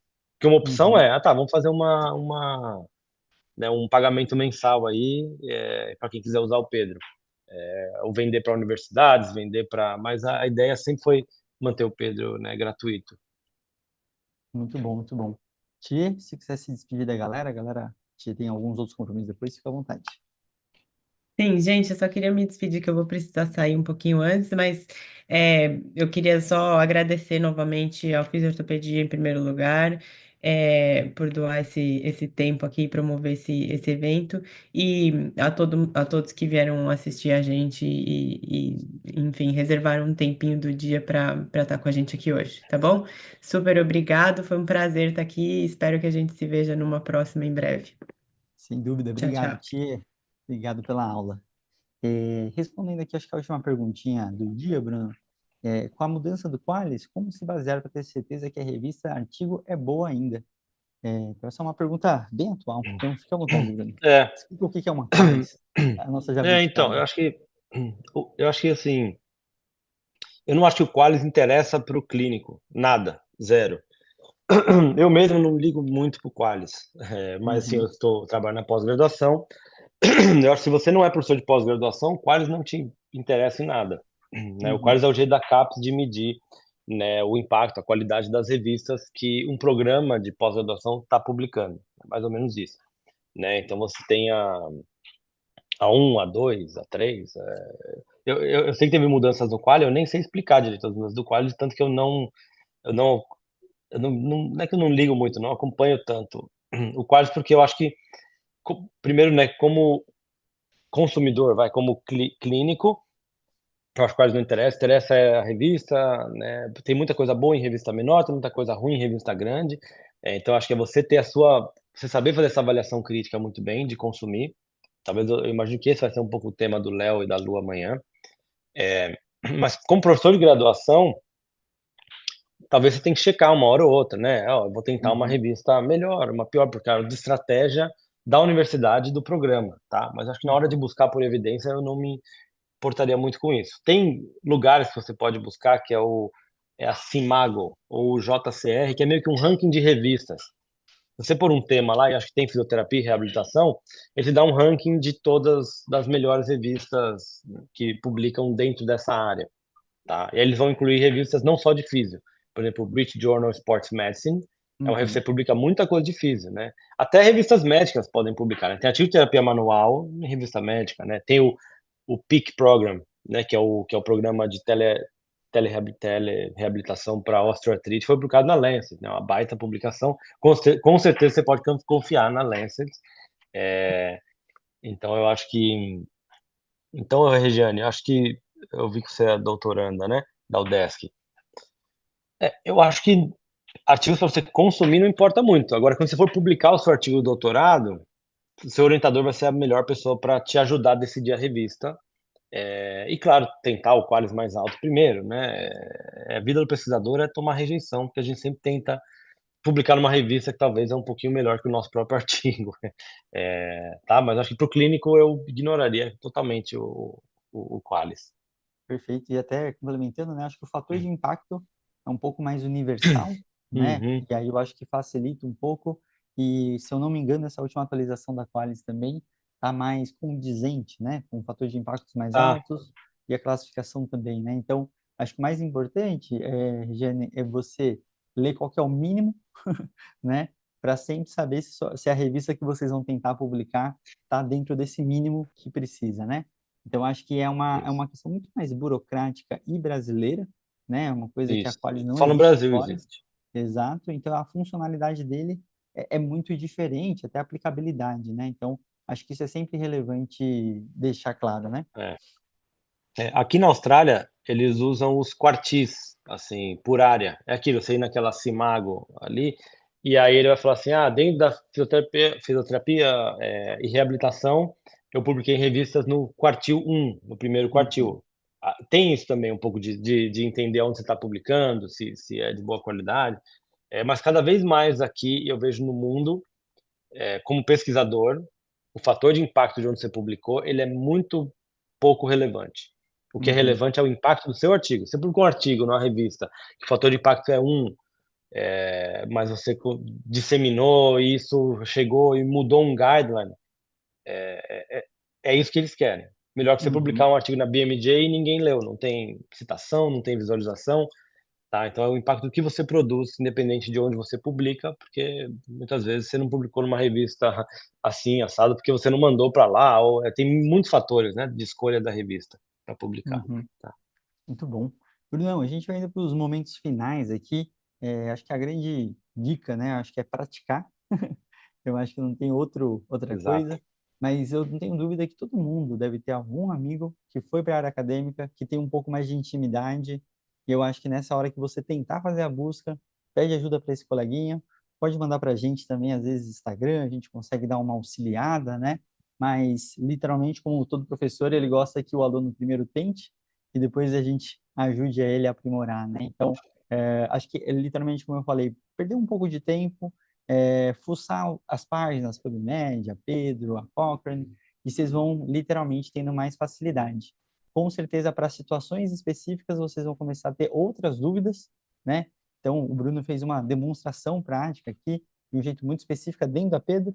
Nas outras bases de dados, você pode usar até o Scholar Google ou até outros lugares, se você souber Também. fazer a peneira, né? Eu, particularmente, gosto de jogar direto e reto, porque a facilidade que eu tenho de selecionar um artigo ou outro acaba sendo diferente. Então, quanto mais treinado, mais abrangente vocês conseguem também procurar em outras bases, né? Então, é literalmente criar o hábito e se familiarizar. Mas é isso. Alguma coisa mais, Brunão? Ótimo. Não, eu concordo com tudo que você falou. Eu acho que hoje em dia a gente tem muita informação, muito conteúdo, o que eu acho que é um problema já, né, Instagram, TikTok, redes sociais, né, tem muito conteúdo e muito conteúdo bom, né, nessa área. Uhum, E às vezes a gente esquece de, na verdade, botar a mão na massa e buscar, não achei, peraí, o Pedro tem mais de 10, tem um canal no YouTube da base Pedro com vídeos em português. Como é que é aquele negócio lá do Pico? Você assiste um vídeo ou tem uma leitura ali, você já pega e aí fazendo. Cada vez que você fizer uma busca, você vai aprender uma coisa nova e eu tenho certeza que você vai ter uma nova pergunta, né, do que fazer, né? Pode ser que você uhum, esteja procurando uma coisa que não tem evidência mesmo. Aí você vai falar assim, o que que eu faço? O que eu faço? O que fazer com essa incerteza que eu tenho diante do meu paciente? Tá? Esse é um uhum. tema muito importante. E aí, liga para alguém, chama alguém para conversar, acho que vai conversar com alguém, puxa o assunto. Acho que o bom de pesquisador, de quem está na pesquisa, é que adora falar de pesquisa. Quem dá aula Uhum. de PBA adora ficar falando sobre isso. Então aproveita e sai conversando com as pessoas, trocando dicas, informações. De repente você quer fazer um mestrado, você fala assim, putz, eu gostei desse negócio de evidência, gostei desse negócio de ser crítico, de aprender isso. Acho que foi assim que aconteceu para mim, né? Eu falei que eu acho que eu vou fazer um mestrado. Mestrado é uma iniciação ali, né? O Léo fala muito isso, né? O mestrado é a corrida de 5 quilômetros, doutorado talvez é a maratona, né? E ser pesquisador, acho que é um Ironman todo dia. Hum, Mas eu acho que é uma ótima dica, né? Faz, per- né? Vai tentando. Exato, exato. Tem mais uma última pergunta aqui da Giovana Bernetti. Obrigado, Giovana. Boa noite, Fux. Se puderem comentar um pouco sobre a relação da unanimidade de conscientização da importância da PBE e a lacuna que temos nas faculdades que não nos ensinam como chegar à melhor evidência. De forma informal, vocês têm que fazer a prática de vocês baseada em evidências, mas não ensinamos como achar essa informação. Acho que é um ponto extremamente relevante, né, Bruno? Acho que o Bruno chegou para cá Muito. tentando também mudar muita coisa, conseguiu algumas, outras nem tanto. E realmente, eu acho que tem até a ver com a questão de formar o senso crítico da pessoa, né? Então, a Exato. forma que você entrega a informação, o que você faz a pessoa buscar, o que que a gente quer formar nessa pessoa, e a gente sabe que desde, né, a estrutura ou o sistema em si, como ele está elaborado, às vezes também dificulta, porque o professor tem que dar aquela matéria, e aí ele faz, nem, não necessariamente uma metodologia ativa, ou até o próprio professor muitas vezes não tem essa formação, né, esse letramento científico. Então, quando a gente começa a perceber um pouco essa peneira, eu acho que já é um outro ponto bacana, né? Você, como aluno, saber o professor está ou não entregando, da onde que ele... E eu acho que é uma coisa que não é para ser afrontosa, mas ser... ficar questionando, né? Da onde que a informação veio, do porquê sim, do porquê não. Então, acho que é isso, mas o Bruno vai contar, porque eu sei que ele, quando chegou para cá, ele literalmente enfrentou e fez muitas coisas aí. É, isso é verdade. Eu acho que isso que você falou, né, dos professores que estavam, né, liderando essas disciplinas na universidade, eu acho que tinha um problema sério porque eles não eram treinados para fazer isso. Não sabiam, né? Eles precisavam ser alunos, na verdade, não professores. Então isso fez com que a maioria das universidades tinha uma disciplina de prática baseada em evidência, algumas com nome diferente, né? Ciência na prática, uma coisa assim, que não funcionava. Os alunos odiavam, era mal feita, era uma coisa muito burocrática, às vezes feita, a parte de busca era no Cielo, né, feita com um bibliotecário, uma pessoa que não era da área, era um negócio muito chato, muito chato. É, eu lembro quando eu cheguei na Unicid, tinha um pouco desse problema da disciplina, ninguém tinha pego a disciplina mesmo para valer, e eu lembro, eu fiquei pouco tempo dando essa disciplina lá, para graduação, e na Unicid e isso varia também, né, na Unicid era no primeiro semestre. O cara com Uhum. 17 anos, 18, acabou de entrar na faculdade, vai ter PBE. Não sei se é o melhor momento, talvez seja para algo introdutório, você faz uma segunda disciplina mais para frente, mais para o final. Tem faculdade que só dá isso no final, tem faculdade que não dá, né, em nenhum lugar. Mas a minha estratégia foi assim, essas crianças praticamente, né, só entender o que que é evidente, o que que é ciência. Não dá para Uhum. falar de artigo, de busca, né, porque antes era uma coisa muito formalizada. Então eu lembro que eu fiquei e o Yuri, meu no doutorado, ele fez estágio junto comigo. Então a gente A gente passou acho que umas 3, 4 semanas só conversando com os alunos sobre ciência e com brincadeira, falando de detox, fazendo os caras ficarem provocando as pessoas. O pessoal falou assim, Uhum. pô, mas eu faço isso. Eu falo, então, você faz isso, né? Muita gente faz. Ah, eu tomo Centrum, sei lá, umas coisas assim, e brincando até chegar em assim, ó, tem coisa antivacina, que é uma falácia absurda, né? A terra plana. E aí as pessoas começando a acordar e falar assim, nossa, tem todo um mundo aqui. Uhum. Depois disso, depois de quase um mês discutindo essas coisas, a gente foi para, ó, na nossa área, que vocês estão aprendendo aqui, fisioterapia, tem muito disso e tal, e dando exemplo e brincando. Eu acho que foi meio nessa para fazer eles, acho que desenvolverem esse senso crítico. Acho que é a primeira coisa que você precisa, é ter um Uhum. senso crítico e falar assim, peraí, não posso sair acreditando em tudo, né? Uhum. Eu acho que isso foi importante, mas acho que tem muitos jeitos de fazer. Aqui na UTS é bem legal porque o programa daqui, ele é um mestrado em fisioterapia, não é que é um mestrado igual um mestrado aí, é um mestrado que você faz de mestrado de pesquisa, é um mestrado como se fosse um mestrado técnico. Então você tem que ter alguma formação. A maioria dos nossos alunos são educadores físicos, aí ele vem fazer o nosso curso de 2 anos para virar fisioterapeuta. Então, a Uhum. gente não tem anatomia, fisiologia, né? Não tem coisa muito básica, porque eles já tiveram. É só, eles começam já avaliação, tratamento, né, de ortopedia, neuro. é, E a gente tem no começo, logo no começo, PBE, né? São 6 semanas de PBE. E o segundo ano inteiro eles têm que fazer uma revisão sistemática e eles têm uma disciplina para isso, e nessa disciplina eles vão passo a passo fazendo. Então eles têm tanta experiência de consumidor no começo, depois como alguém fazendo, que é meio que o TCC deles aqui, só que Legal. o DC é muito mais, é um formato muito mais específico, assim. Uhum. Tem que ser de intervenção, tem que ser revisão, e eu acho que tem funcionado muito bem aqui. Isso, e eu acho que eu acho que está melhorando muito, porque cada vez mais tem gente falando sobre isso, tem gente sendo treinado, tem gente divulgando, então eu acho que é importante. De- Assim, eu vou falar uma coisa perigosa aqui, né? Porque eu acho que assim, o Brasil a gente tem muito curso de tudo, Uhum. tá? E tudo bem, tem pessoas maravilhosas que dão curso de tudo, mas assim, comparar com a Austrália, né, com alguns outros países, a pessoa se forma, nossos alunos aqui na UTS, eles se formam e eles estão prontos para trabalhar, eles já sabem Mulligan, já sabem PBE, eles já sabem, né, eles já têm a base. Ninguém faz Uhum. curso. Ninguém faz curso aqui. Para fazer um monte de curso. No Brasil, a gente tem um problema, né, na graduação, que a gente se forma, a gente tem medo de atender um paciente, mas eu não estou pronto, não. Fiquei 4, 5 anos aqui, mas comigo foi isso. Eu lembro que eu me formei, eu falei, preciso fazer um cursão de terapia manual aqui, que eu não sei esse negócio. Fiz Uhum. lá um curso de um mês, tal. É meio isso, né? Ah, e olha, curso de exercícios com bola. Pô, não devia existir um curso de exercícios com bola. Eu nem sei se tem. Eu lembro que tinha.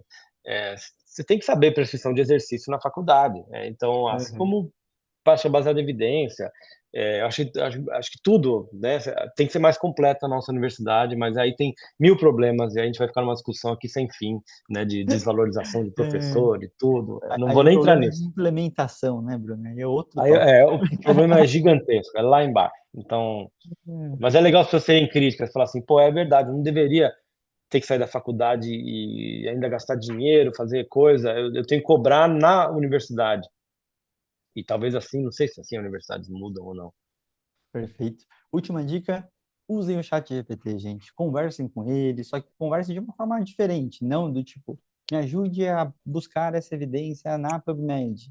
Ele vai te dar uma estratégia de busca, ele vai falar para você as palavras-chave, e aí você vai tentando refinar se você achar ou não o que você quer. Eu acho que essa coisa de como que a gente utiliza lá, ele vai te dando caminhos e aí você vai naturalmente aprendendo também, né? Eu acho que criar essa independência é uma dos grandes focos quando a gente fala do letramento científico. Então, acho que é essencial para você ser um profissional diferenciado. Gente, Bruno tem que começar o dia, quando a gente vai terminar o dia aqui. Então, muito Boa. obrigado, Bruno, aí pela aula, você e a Thier, sempre grandes parceiros. Então, a gente fica muito feliz, né, do Fisioterapia ser um desses parceiros da Pedro. Então, de grande honra aí conseguir ajudar e realmente levar essa palavra aí da PBE para todos os lugares. Acho que isso é essencial. Então, Bruno, faça suas despedidas para a Excelente. galera, a piada final. Bom, Eu boto Fique à meus vontade. Chitãozinho Choró, estão sempre nas aulas. É que eu também eu sou meio carente de ficar fazendo piadinha interna do Brasil. Fico dando aula aqui, não dá, vou botar o Chitãozinho Choró, ninguém sabe quem é, e não tem um cara que canta alguma coisa com Evidence aqui pra eu brincar. Minhas piadinhas têm que ser diferentes aqui, e a maioria das vezes não são muito engraçadas. Então em português também não são muito engraçadas, mas pelo menos tem a piadinha interna, a pessoa faz haha. Esse haha já tô contente hoje em dia. Eh e eu acho que mensagem final eu acho que é só agradecer, na verdade. Acho que o Fisiotopedia, desde o começo, é um, é um lugar de evidência, sempre foi, né? Eu lembro que eu pensava em alguém assim, falei, putz, essa pessoa é ótima. De repente, já estava dando aula já aqui para vocês, né? Pô, esse aluno de doutorado é um doutorado animal, putz, é muito bom, o cara terminou o doutorado, ou nem terminou. Ah, agora ele tá dando aula aqui no Fisiotopedia, ele tem um curso ali, tá na pós-graduação, então é muito legal. Acho que o time do Fisiotopedia é fantástico. E eu acho que esses cabeças do Fisiotopedia, que são todos meus amigos, estão sempre apoiando, né, qualquer iniciativa. Se eu ligar para o Foucault amanhã e falar, ó, tô com uma ideia aqui, vamos fazer um negócio? Vamos, bora. A gente já viu um monte de coisa, né? Na pandemia a gente só inventava coisa, né, de telereabilitação e tal. Uhum. Então agradecer essa parceria que é muito boa e o apoio também, né, com o nosso podcast, com esse evento. Muito bom. Então, Isso gente, aí, ajudem aí a agradecer. Pedro, né? Acho que é muito essencial e muito importante para a gente conseguir manter essa base firme, forte e sobrevivente para a gente conseguir melhorar esse cenário. Brunão, de novo, bom dia para você. Muito obrigado aí pelas aulas. Amanhã, Léo e Lu, né? O grande casal aí para estar falando um pouquinho mais de prática baseada em Excelente. evidência. Não percam, vai ser muito bacana. Então, gente, vou me despedir aqui, vou fechar o YouTube e qualquer coisa, só mandar mensagem aí que a gente vai conversando. Um grande abraço. Valeu.